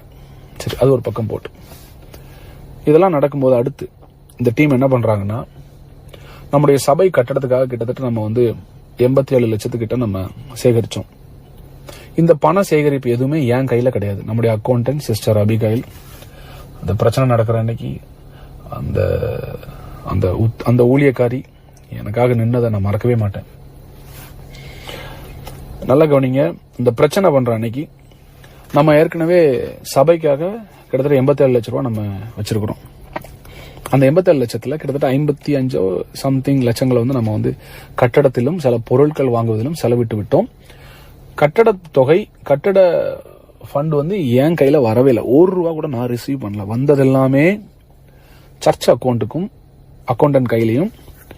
அப்புறம் அடுத்து நம்ம அசோசியேட் யாரு, அதான் நம்ம head of the team truth time பேசுறாருல, அவர் வீட்லயும் தான் கேஷ் இருந்துச்சு. இவங்க 2 பேர்ட்டு தான் கேஷ் இருந்துச்சு. அப்போ பிரச்சனை பண்ற அன்னைக்கு இவங்க வந்து என்ன பண்றாங்கன்னா, அந்த 27ஆம் தேதி சண்டே என்ன பண்றாங்கன்னா, அக்கௌண்டன்ட் அபிகேல் சிஸ்டரை அவதூறா பேசி, அசிங்கமா மரியாதை இல்லாம பேசி, அந்த பணத்தை இப்பவே கொடு அப்படின்னு சொல்லி மிரட்டி, சிஸ்டர் அபிகேல் வீட்டுக்கு போனதே அசோசியேட் தான். இது அபிகேல் சிஸ்டரும் சொல்லுவாங்க, அவங்க கணவர் சொல்லுவாங்க, அவங்க பிள்ளைகள் சொல்லுவாங்க, அங்க இருக்கிற சிசிடிவி கேமரால இருக்குது, எல்லாமே இருக்குது ப்ரூஃப். அவங்க வீட்டுக்கு போய் கிட்டத்தட்ட 30 லட்ச ரூபா காசு எடுத்துட்டு திருப்பி கொண்டு வந்து சர்ச்சில் வச்சு ரீமாட்ட அந்த 30 லட்ச ரூபாய் கொடுக்கற மாதிரி ஒரு வீடியோ எடுக்கிறாங்க. லெட்டர் ஒன்னு எழுதி அபிகேல் சிஸ்டர் கையில எழுதி வாங்கிட்டு ரீமா கையில கொடுக்கற மாதிரி கொடுத்துட்டு வீடியோ எடுக்கும்போது அது ரீமா கையில அந்த 30 லட்ச ரூபாய் போகுது. ஆனால் 30 லட்சமா 28.5 லட்சமான்னு தெரியல, எனக்கு 28.5 நினைக்கிறேன் நான், பட் கிட்டத்தட்ட 30 லட்சம். ரீமா கையில அந்த தொகையை அவங்க கொடுக்கற மாதிரி கொடுத்துட்டு அதை வீடியோ எடுத்துட்டு அதுக்கப்புறம் அதை வாங்கி லாக்கர்ல வைக்கிறாங்க, சர்ச் லாக்கர்ல வச்சுட்டு. ரீமா அன்னைக்கு அந்த வீட்டுக்கு அந்த காசை கொண்டு போகல, மாறா அசோசியேட்டும் அவர் மனைவியும், யாரு இந்த ட்ரூத் டைம் நடத்துறாருல அவரும் அவர் மனைவியும் சேர்ந்து அந்த பணத்தை அவங்க வீட்டுக்கு ஒரு பேக்ல தூக்கிட்டு போறாங்க. இதை பார்த்ததும் நம்முடைய விசுவாசிகள் அங்கதான் நின்றுட்டு இருந்தாங்க. அவங்களும் அன்னைக்கு வந்து போலீஸ் ஸ்டேஷன்ல சாட்சி சொல்லிட்டாங்க. சரியா? சோ இவங்க அந்த காசை தூக்கிட்டு வீட்டுக்கு போறாங்க. என் கேள்வி, சபை ஜனங்கள் என்ன நம்பி சபை கட்டடத்துக்காக கொடுத்த அந்த தொகையை நீ எதுக்கு உன் வீட்டுக்கு கொண்டு போற? சரி, சபை கட்டடத்து காசு நீ தூக்கிட்டு போன. இது எல்லாரும் சர்ச் ஜனங்கள் கவனிக்கணும். எவ்வளவு பெரிய மனசாட்சி இல்லாத ஒரு துரோகின்றதை நீங்க எல்லாரும் கவனிச்சுக்கணும். ஏற்கனவே என் குடும்பத்துல கேம் விளையாண்டு சபை ஆட்கள்ட்டையும் எனக்கு தெரியாம பேசி, என்னுடைய நண்பர்கள் ஊழியக்காரங்கட்டையும் இந்த பிரச்சனை நடக்கிறதுக்கு முன்னால 2 மாசம் மேல பேசி எல்லாரும் எனக்கு விரோதமாய் திருப்பி விட்டதுக்கு பின்பதாக என்னைய தனிமையில வச்சு என்னை அட்டாக் பண்ற ஒரு பெரிய நரிதான். அதாவது இது என்ன சொல்றது, இது ஒரு தந்திரமான நரி. இது என்னைய தனிமைப்படுத்தி என்னை அட்டாக் பண்ணுன்ற ஒரே எண்ணத்துலதான் இது வந்து ஒரு வேலை செய்யறாரு. கவனிங்க, வேலை செய்யும்போது அந்த பணத்தை இவங்க வீட்டுக்கு கொண்டு போயிட்டாங்க. பாக்கி பணத்தை நம்ம பில்டிங்லயும் திங்ஸ்லயும் போட்டோம். என் கையில ₹1 நான் எடுக்கல. இதுக்கு அக்கௌண்டன்ட் சாட்சி, என் சபை ஜனங்கள் சாட்சி, எல்லாருக்குமே இது தெரியுது. நான் ₹1 கூட பில்டிங் ஃபண்ட்ல இருந்து ₹1, நாட் ஈவன் ரூபி, ஒரு பென்னி கூட நான் எடுக்கல. இவனுங்க காசு எடுத்துட்டு போயிட்டு பசங்களை வச்சு இந்த சபை பில்டிங்க்கு காசு கொடுத்துருப்பாங்களே அந்த லிஸ்ட் எடுத்து எல்லாருக்கும் போன் பண்ணி, பாஸ்டர் எங்களுக்கு எல்லாம் காசை திருப்பி கொடுத்துட்டாரு, நீங்க அவர்கிட்ட காசை திருப்பி வாங்குங்க, நீங்க கூப்பிட்டு கேளுங்க, உங்களுக்கு கிடைக்கலையா? நான் சொல்றேங்க, இயேசுவை ஆராதிக்காத ஒரு நான் பிலீவர் கூட அந்த விஷயத்தை செய்ய மாட்டாங்க. நான் ஒரு இஸ்லாமிய குடும்பத்தில் பிறந்தவன், எனக்கு ஹிந்து ஃப்ரெண்ட்ஸ் இருக்கிறாங்க, எத்தனையோ மற்ற மதத்துல நண்பர்கள் இருக்காங்க.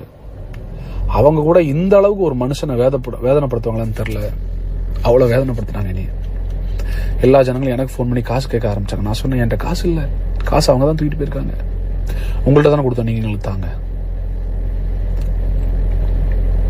இந்த அசோசியேட் அன்னைக்கு நின்று சர்ச்சில் நீங்க கொடுத்த டைத்தெல்லாம் திருப்பி கேளுங்க அவர்கிட்ட. அசிங்கமா இல்ல உனக்கு? நீங்க கொடுத்த டைத்தெல்லாம் திருப்பி கேளுங்க, நீங்க கொடுத்த ஆஃபரிங் எல்லாம் திருப்பி கேளுங்க அவர்கிட்ட. அவர் உங்க பணத்துல தான் வாழ்ந்துட்டு இருக்காரு. யார் பணத்துல வாழ்றா? கர்த்தர் என்ன போஷித்தார். இங்க யாரும் பணத்துக்கு உரிமை கொண்டாட முடியாது. ஏன்னா அவங்களுக்கு கொடுத்ததும் ஆண்டவர் தான், கொடுக்க சொன்னதும் ஆண்டவர் தான். எனக்கு மென்டல் டார்ச்சர் கொடுத்தானுங்க. ஸோ இந்த பணத்தை ஜனங்கள் எனக்கு ஃபோன் பண்ணி நீங்க எங்களுக்கு தரணும்னு சொல்லி எனக்கு பிரச்சனை பண்ணி, அப்புறம் நான் ஒரு சிலர்கிட்ட பெரிய அமௌண்ட் கொடுத்தவங்ககிட்ட பேசி கொஞ்சம் எனக்கு டைம் கொடுங்க.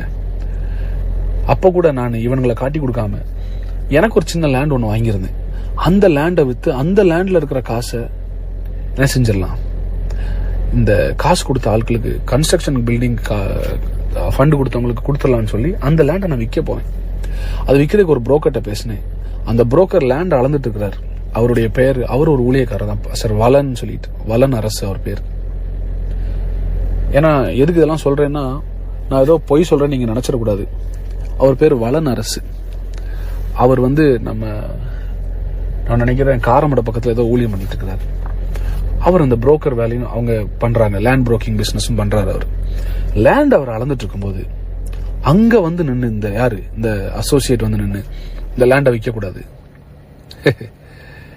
நீ are you professionally trained to kill someone?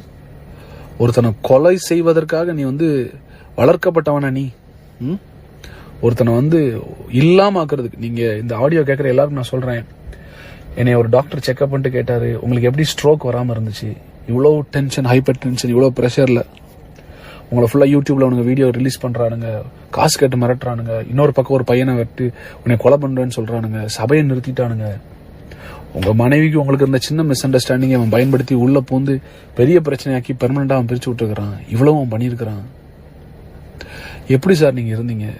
என்னுடைய ப்ரெஷரை செக் பண்ணிட்டு கேட்டாரு, உங்களுக்கு இந்நேரம் ஸ்ட்ரோக் வந்திருக்கணுமே, ஹார்ட் அட்டாக் வந்திருக்கணுமே, நீங்க எப்படி இருந்தீங்க? நான் சொன்னேன், என்னை ஆண்டவர் காப்பாத்தினாரு, என் ஆண்டவர் என்னை கைவிடல.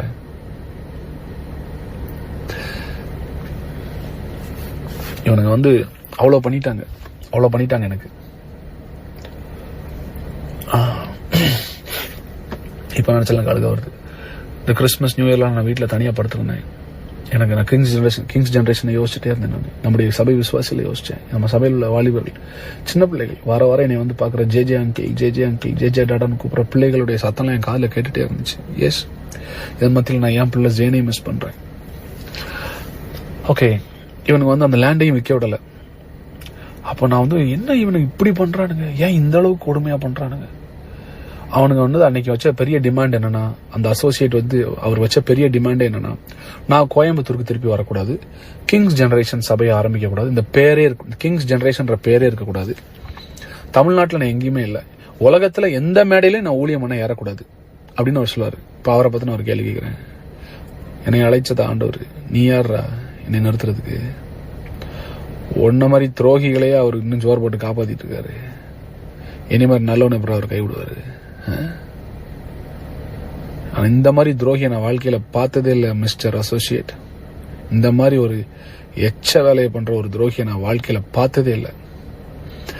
நீங்க நினைச்சீங்க நான் பசங்களை தப்பா நினைச்சிட்டு உங்களை நல்லவர் நினைச்சிருவேன். சரிங்களா? நீங்க யாருன்னு தெரியும் மிஸ்டர் அசோசியேட். இந்த சாபம் உங்க மேல எப்படி கிடந்துச்சு, அதை நீக்கிறதுக்காக கர்த்தர் அனுப்புனாரு. ஆனா மறுபடியும் நீங்க விட்டதை வாங்கிட்டீங்க, அனுபவிங்க, கர்த்தர் உங்களை டீல் பண்ணுவாரு. இதெல்லாம் முடிஞ்சு நான் ஊருக்கு போயிட்டேன். அப்பவும் எனக்கு ஒண்ணுமே ஓடலை, என்னடா செய்யலான்னு.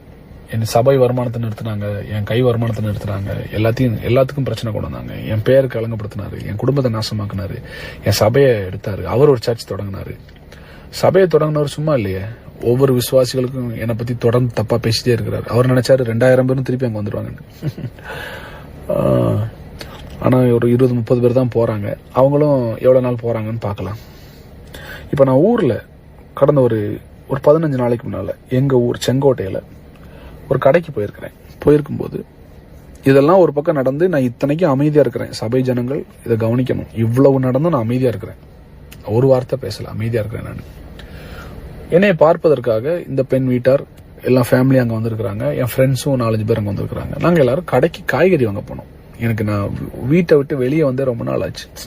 சரி, மனசு நிம்மதியா இருக்கணும், வெளியே வரேன். நான் அந்த கடையில் நிற்கும் போது எங்க ஊர்ல ஒருத்தர் அதை எனக்கு தெரியாம வீடியோ எடுத்து அந்த வீடியோவை எல்லாருக்கும் அனுப்புறாரு. எல்லாருக்கும் அனுப்புனா குறிப்பிட்ட 2 பேருக்கு அனுப்புறாரு. வீடியோ எடுத்த நபர் வந்து பிரதர் ஜான்சன் அப்படின்னு செங்கோட்டை மேலூர்ல இருக்கிறார், பிடி சாரா இருக்கிறார். அவர் தான் அந்த வீடியோ எடுத்தார். அதை எடுத்து அவருடைய சகோதரன் கேப்ரியேல், ஜான் கேப்ரியல் நினைக்கிறேன், தென்காசியில இருக்காரு, அவரும் ஊழியம் பண்றேன்னு சொல்றாரு. அவருக்கு இந்த வீடியோ அனுப்புறாரு. அன்னைக்கு நைட்டே அந்த வீடியோ கோயம்புத்தூர்ல இருக்கிற அசோசியேட்டுக்கு வருது. யாரு? இந்த ட்ரூத் டைம் நடத்துறாருல, நம்ம சர்ச்ச கிங்ஸ் ஜெனரேஷன் நடத்திட்டு இருந்தாருல, அவருக்கு வருது. இது வந்து ஒரு 2 நாள்ல யூடியூப்லயும் வருது இந்த வீடியோ. எனக்கு ரொம்ப ஷாக்கிங்கா இருந்தது. அப்ப அன்னைக்கு யாரெல்லாம் அந்த கடையில் நின்னா நான் யோசிச்சு பார்த்து நேர போய் விசாரிக்கிறேன். அந்த நபர் எனக்கு சொன்ன வார்த்தை, நான் இந்த வீடியோவை கோயம்புத்தூர்ல இருக்கிற உங்களுக்கு கீழே வேலை செஞ்ச அந்த பைபிள் காலேஜ் நடத்திட்டு இருக்காருல, உங்களுக்கு ட்ரூத் டைம்ல உங்க சர்ச்சில் நடத்துறாருல, அவருக்கு தான் அனுப்பி வச்சேன்னு சொல்றாரு, பேரோட சொல்றாரு. நான் இப்ப கூட அந்த பேரை ஏன் சொல்ல மாட்டேன்றேன்னா, அவர் யாருன்றத நம்ம சபை ஜனங்கள் மொத்தம் தெரிஞ்சுக்கிட்டா போதும், அது ஆட்டோமேட்டிக்கா வெளியே வந்துடும். 2வது, அந்த பேரை சொல்றதுக்கே நான் கூச்சப்படுறேன்.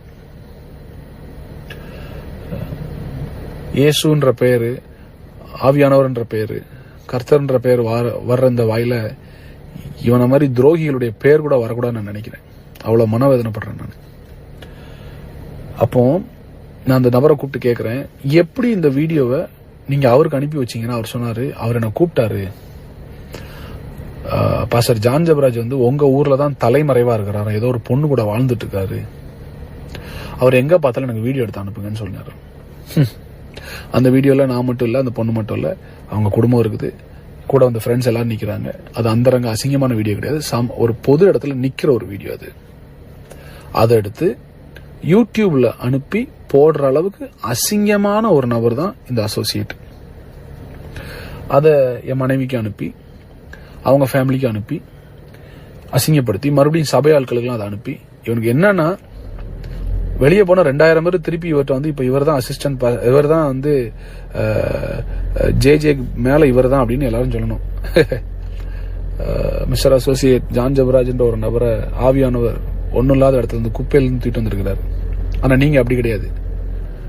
கிராஸ்கட் ரோட்ல ப்ராப்பர்ட்டி வச்சிருக்கீங்க, சிவானந்த காலனியில ப்ராப்பர்ட்டி வச்சிருக்கீங்க, கோவை புதூர்ல ப்ராப்பர்ட்டி வச்சிருக்கீங்க, கோயம்புத்தூர்ல கிட்டத்தட்ட 30க்கும் மேற்பட்ட ப்ராப்பர்ட்டி லேண்ட் பெரிய பெரிய ஏக்கர் கணக்கில் நீங்க வச்சிருக்கீங்க. ஊட்டியில் இடம் இருக்குது, கொடைக்கானல் இடம் இருக்குது, எல்லாம் வச்சிருக்கீங்க. தியேட்டர் வச்சிருக்கீங்க. நீங்க கிட்டத்தட்ட 1000 கோடிக்கு மேல உங்களுக்கு சொத்து இருக்கு. ஆனாலும் அந்த புத்தி மாறலையே உங்களுக்கு. இவர் இந்த வீடியோ போட்ட உடனே நான் எங்க ஊர் ஸ்டேஷன்ல ஒரு கம்ப்ளைண்ட் கொடுக்குறேன். செங்கோட்டை ஸ்டேஷன்ல இவர் மேல ஒரு கேஸ் ஃபைல் பண்றேன். இந்த மாதிரி ஒரு ஏற்கனவே என்னைய வீடியோ எடுத்து மிரட்டி, சபையில வந்து பசங்களை வச்சு மிரட்டி ஒரு 30 லட்சம் ரூபாய் எடுத்துட்டு போயிருக்கிறாரு. இப்பவும் என்னை வீடியோ எடுத்து என்னை மிரட்டிட்டே இருக்கிறாரு. இந்த மாதிரி யூடியூப்லாம் போட்டு என் பேர் அசிங்கப்படுத்துறாரு. அவரை கூப்பிட்டு விசாரிக்கணும்னு நான் சொல்றேன். விசாரிக்க வரணும்னு வியாழக்கிழமை ஸ்டேஷன்ல இருந்து கால் போகுது. வெள்ளிக்கிழமை நைட்டு எனக்கு கோயம்புத்தூர்ல இருந்து ஒரு கால் வருது, ஒரு கட்சிக்காரங்கிட்ட இருந்து. நான் போய் கேஸ் கொடுத்த உடனே மிஸ்டர் அசோசியேட் என்ன பண்ணிருக்காருன்னா, ட்ரூத் டைம் நடத்துறவர் என்ன பண்ணிருக்காருன்னா, ஒரு 25 லட்சம் ரூபாய் எடுத்துட்டு ஒரு கட்சிக்காரனை போய் நேரா போய் பார்த்திருக்காரு. அது எந்த கட்சியும் நான் சொல்ல மாட்டேன், அவசியப்படும் போது நான் சொல்லுவேன். அதற்கான ஆடியோ ரெக்கார்டிங்ஸ் என்கிட்ட இருக்கு. இவர் எந்தெந்த போன் நம்பருக்கு அன்னைக்கு நைட்டு கால் பண்ணாருன்ற டீட்டெயிலும் நான் எடுத்து வச்சிருக்கேன். எடுத்து இந்த மாதிரி அவருடைய வீடியோ, ஜான் ஜெபராஜுடைய வீடியோ என்கிட்ட இருக்குது, நீங்க இதை மீடியால ரிலீஸ் பண்ணுங்கன்னு சொல்லி கிறிஸ்தவத்துக்கு எதிரான ஒரு கட்சிக்காரர் இடத்துல போய் உட்கார்ந்து காலில் பணத்தை வச்சுட்டு உட்கார்ந்தவர் தான் இந்த மிஸ்டர் அசோசியேட். கிங்ஸ் ஜெனரேஷன் ஆட்களுக்கு இது புரியணும். எந்த அளவுக்கு போய் என்னன்னா பண்ணுவான்னு உங்களுக்கு புரியணும். எதுக்கு ஒரு கட்சிக்காரன் காலில் போய் அத்தனை லட்சத்தை வச்சுட்டு உட்காரணும், என்னை அட்டாக் பண்ண சொல்லி? எதுக்கு சொல்லணும்? உன் மேல தப்பு இல்லைன்னா நீ எதுக்கு சொல்ற? அன்னைக்கு நைட் என் அட்வொகேட் கூப்பிட்டு கேட்கிறாரு, ஏங்க என்ன நீங்க கட்சிக்காரண்டெல்லாம் போய் ஏதோ காசெல்லாம் கொடுத்துருக்கீங்கன்னா? ஆமா கொடுப்பேன். அவர் மட்டும் என் பேர்ல அங்க கம்ப்ளைண்ட் கொடுத்துருக்காரு. அவரை கம்ப்ளைண்ட் வாபஸ் வாங்க சொல்லுங்க, நான் அங்க வர முடியாது, இல்லன்னா நான் அந்த வீடியோ கொடுப்பேன்னு சொன்ன ஆடியோ ரெக்கார்டிங் என் கையில இருக்குது. கட்சிக்காரங்க என்கிட்ட பேசின ஆடியோ ரெக்கார்டிங் இருக்கு, இவர் எங்க அட்வொகேட்ட பேசின ஆடியோ ரெக்கார்டிங் என்கிட்ட இருக்கு. நேரம் வரும்போது நான் அதை போட்டு காமிப்பேன், அவசியப்பட்டால் போட்டு காமிப்பேன். கடைசியில அந்த கட்சிக்காரங்க எனக்கு போன் பண்ணிட்டு சொல்றாங்க, சார் உங்களை தொட்டா மொத்த கிறிஸ்தவத்தை தொட்ட மாதிரி, எங்களுக்கு அந்த பேர் வேண்டாம். ரெண்டாவது, நாங்கள் அதை செய்ய விரும்பல, தமிழ்நாட்டில் நாங்கள் கிறிஸ்தவர்களை நேசிக்கிறோம். ரெண்டாவது, உங்க பாடல்கள் எங்களுக்கும் ஆசீர்வாதமா இருக்குது, நாங்க அதை பண்ண மாட்டோம்னு சொல்லி அசிங்கப்படுத்தி அசோசியேட்டை வெளியே அனுப்புறாங்க. இவர் பணத்தோட போய் உட்கார்ந்த விஷயம் எனக்கு தெரிஞ்சு அவர் குடும்பத்தில் உள்ள யாரு கூட தெரியாது. அன்னைக்கு அவருக்காக கூட வந்து 2 பேர் நின்னீங்களே போலீஸ் ஸ்டேஷன்ல, அவங்களுக்கும் அது தெரியாதுன்னு எனக்கு தெரியும். ஆனா இவர் கட்சிக்காரங்கிட்ட போய் காசை கொடுத்து என்னைய பஞ்சாயத்து பேச கூப்பிடுறாரு. அடுத்து வேற சில ரவுடிகள்கிட்டையும் பேசினதாக எனக்கு தகவல். ஆனா உடனே நான் என்ன பண்ணிட்டேன்னா, நான் வெளியே சொல்லிட்டேன். நான் மிஸ்டர் அசோசியேட்டுக்கு ஒரு விஷயத்த சொல்றேன். அபிஷேகத்தை விட, கர்த்தரை விட, வார்த்தையை விட பணம் பெருசு அப்படின்னு நீ நினைச்சனா, உன் பணம் மண்ணோடு மண்ணாய் போக கிடவுது. இப்ப நீங்க திருடி சம்பாதிச்ச ஒரு காசும் உன் தலைமுறைக்கு நிக்காது. நான் வந்து உங்க அம்மாவையோ இல்ல உங்க அப்பாவையோ இல்ல உங்க தம்பியவோ சொல்லல, நான் ஒன்னதான் சொல்றேன். நீ திருடின காசு உன் தலைமுறைக்கு நிக்காது. கட்சிக்காரங்கிட்ட போய் நின்றுட்டு, கூலிப்படையிட்ட போய் நின்றுட்டு என்னைய பஞ்சாயத்து பண்ணி என்னைய அட்டாக் பண்ண அசிங்கமா இல்லை? இதுல வேற உன் சர்ச்சை பண்ணி நடத்துற சர்ச்சில் ஒரு வாய்ஸ் மெசேஜ் வேற எல்லாருக்கும். என்ன வாய்ஸ் மெசேஜ்? இந்த மாதிரி ஜான் ஜெபராஜ் பாஸ் என் மேல பொய்யா கேஸ் கொடுத்துருக்காரு. ஏய் என்னடா டே, யாரா நீ? என்ன எங்க நீ உன்னை எப்படி வளர்த்தாங்க? எங்க வளர்த்தாங்க? உனக்கு என்ன எத்திக்ஸ் சொல்லி கொடுத்து வளர்த்தாங்க? உன்னைய கொடுத்துருக்காரு. அவர் எந்த அளவுக்குனாலும் போய் நம்மளை அசிங்கப்படுத்துவாரு. ஆனா நீங்க யாரும் கோவப்பட்டுறாதீங்க, நம்ம ஜெபிப்போம் அப்படின்னு. ஜெபிப்போன்ட்டு அப்புறம் உனக்கு என்னடா கட்சிக்காரன்ட்ட போய் காசு கொடுத்து உட்காந்துருக்க நீ? திருடா கொடுத்துட்டு அதுக்கப்புறம் விசாரணைக்கு வர சொன்னா இவர் விசாரணைக்கு வரல. சரிங்களா? மாறா இவர் என் மேல ஒரு கம்ப்ளைண்ட் கொடுக்கிறாரு. அதாவது நான் இவரை பொது வலைதளத்தில் அவதூறாய் பேசுவதாகவும், நான் இவர் மேல செங்கோட்டையில தவறான ஒரு இதுக்காக கம்ப்ளைண்ட் கொடுத்ததாகவும் என் மேல ஒரு கேஸ் எனக்கு சம்மன் வருது. நான் ஆஜரும் ஆயிட்டேன். இப்ப ஏன் கேள்வி, நான் காவல்துறையும் சட்டத்தையும் மதிக்கிறேன், வந்துட்டேன். நீ ஏன் வரல செங்கோட்டைக்கு? இன்னும் நீ வரணும், உன்னை வர வைப்பேன். அதுக்கு எந்த எக்ஸ்ட்ரீம்னாலும் நான் போவேன். நான் காவல்துறையை நம்புறேன், சட்டத்தை நம்புறேன், தமிழ்நாடு அரசை நம்புறேன். எனக்காக அவங்க நீதி செய்வாங்க. எல்லாத்துக்கும் மேல மக்களுடைய நீதிமன்றம்னு ஒன்று இருக்கு. ஃபேஸ்புக் இருக்கு, இன்ஸ்டாகிராம் இருக்கு, யூடியூப் இருக்கு. நானே வீடியோ போடுவேன். நீ என்னடா என்னை வீடியோ வச்சு மிரட்டுறது? நான் நேரா வீடியோ சொல்றேன். ஜனங்கள்ட்ட எதுதான் நடந்துச்சு நான் சொல்றேன். அது தெரியற வரைக்கும் தானே நீ என்னை மிரட்டிட்டு இருப்ப. நான் இப்ப தைரியமா சொல்ல ஆரம்பிச்சிட்டேனே. இப்ப இந்த ஆடியோவே யூடியூப்ல வருமே, வரட்டும். ஆமா, இதை கேட்கிற யூடியூப்காரங்க உங்களுக்கு ஏத்த மாதிரி எந்த டைட்டில் போட்டா ஜனங்கள் நிறைய வியூஸ் கொடுப்பாங்க. தயவு செய்து இந்த எச்சத்தனமா வியூஸ்க்காக இன்னொருத்த வாழ்க்கையில் விளையாடாதீங்க. அது பெரிய சாபமா மாறிடும், உங்களுக்கு பெரிய சாபமா மாறிடும். இப்ப நான் சொல்றது புரியாது, உங்க தலைமுறை அதை இருக்கும்போது உங்களுக்கு தெரியும். மறுபடியும் கிங்ஸ் ஜெனரேஷன் ஆட்களுக்கு சொல்றேன், இவனை நம்பி ஏமாந்து நாசமா போன எல்லாருக்கும் ஒரு அறிவுரை. நீங்க திருப்பி நான் கிங்ஸ் ஜெனரேஷன் ஆரம்பிக்கும் போது நீங்க வந்தாலும் சரி வரலாட்டாலும் சரி, அவன் பக்கத்துல யாரும் போயிடாதீங்க. அது உங்களுக்கு பெரிய சாபம். இவ்வளோத்தையும் செஞ்சுட்டு நல்லவன் வேஷம் போடுற அவரை சீக்கிரத்துல ஆண்டுடைய நியாயத்திற்பின் கோட்டில் நான் பார்ப்பேன். கட்டாயம் நான் பார்ப்பேன். அதை கட்டாயம் எனக்கு அதை செய்வார். கிங்ஸ் ஜெனரேஷன் ஆட்களை நான் சொல்ல விரும்பினேன். உங்களுக்கு தெரியணும், நான் கோயம்புத்தூர் ஸ்டேஷன்ல உட்காரும்போது, காவல்துறை அதிகாரி முன்னால் உட்காரும்போது, இவர் கூட நம்ம சபையிலிருந்து ஒரே ஒருத்தர், யாரு, யூஜின் அப்படின்னு ஒருத்தர் வந்தாரு. அந்த யூஜின் யாரு? ஏற்கனவே சபை நடத்தி சபை ஜனங்கள்லாம் விட்டுட்டு போய் உடம்பு சரியில்லாம பாதிக்கப்பட்டு நம்முடைய சபைக்கு ஒரு நாள் ப்ராஃபட் டிஜோவை பார்க்கணும்னு என்கிட்ட கேட்டு நான் ப்ரேயர் அப்பாயின்மெண்ட் வாங்கி கொடுத்து அதன் பின்பதாக நம்முடைய சபையிலே வச்சிருந்தேன். அவருக்கு நான் சேலரி கொடுக்கல. ஆனா அவரும் ஒரு பாஸ்டர் நம்ம சர்ச்சில் நான் அனௌன்ஸ் பண்ணேன். நம்ம சர்ச்சில் ஏற்கனவே 12-13 பேருக்கு நம்ம சேலரி கொடுத்ததுனால என்னால் சபை வருமானத்துல கொடுக்க முடியாதுனால அவர் நான் சேலரி கொடுக்கல. ஆனா அதுக்கு பதிலாக அவர் மகளுடைய படிப்புக்கு நான் செலவு பண்ணியிருக்கேன். கடைசி எனக்கு ஞாபகம் இருக்கு, இந்த சபை மூடுறதுக்கு ஒரு வாரத்துக்கு முன்னால கூட நான் அவருக்கு 1 லட்ச ரூபா அனுப்புனேன்.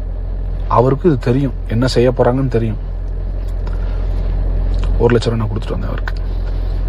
அவர் நேத்து அவர் கூட காவல்துறை காவல் நிலையத்தில் உட்கார்ந்துருக்கிறாரு. அவரும் நான் மறுபடியும் சொல்றேன், இந்த ஆடியோவை நான் என்னுடைய சபை ஜனங்களுக்காக தான் போடுறேன். இது பொது இடத்துக்காக கிடையாது. இது வெளியே வந்தா இதற்கு நான் பொறுப்பல்ல. ஜான் ஜெபராஜ் ஆகிய நான் இதுக்கு பொறுப்பல்ல. இது என் சபை ஜனங்களுக்கு நான் போடுற ஆடியோ. காரணம், இத்தனையும் செய்துவிட்டு பணத்தை எடுத்துட்டு ஜனங்களை ஏவி விட்டு திருப்பி ஏன்டா பணம் கேட்க வைக்கிற அந்த அசோசியேட்டோட முகம், ஒரிஜினல் கலர் என்னன்னு எல்லாருக்கும் தெரியணுன்றதுக்காக தான் இதை நான் வெளியிடுறேன். என் ஜனங்களுக்காக ஏற்படுத்தப்பட்டது. இது எங்கள் சபை வாட்ஸ்அப் குரூப்புக்காக மாத்திரம் நான் அனுப்புகிற வாட்ஸ்அப் மெசேஜ் இது. ஸோ எனக்காக நிற்கிற, என்னை நேசிக்கிற, குறிப்பா இந்த சீசன்ல என் கூட வந்த ஒரு சிலரோடு மாத்திரம் நான் பயணிக்க விரும்புகிறேன்.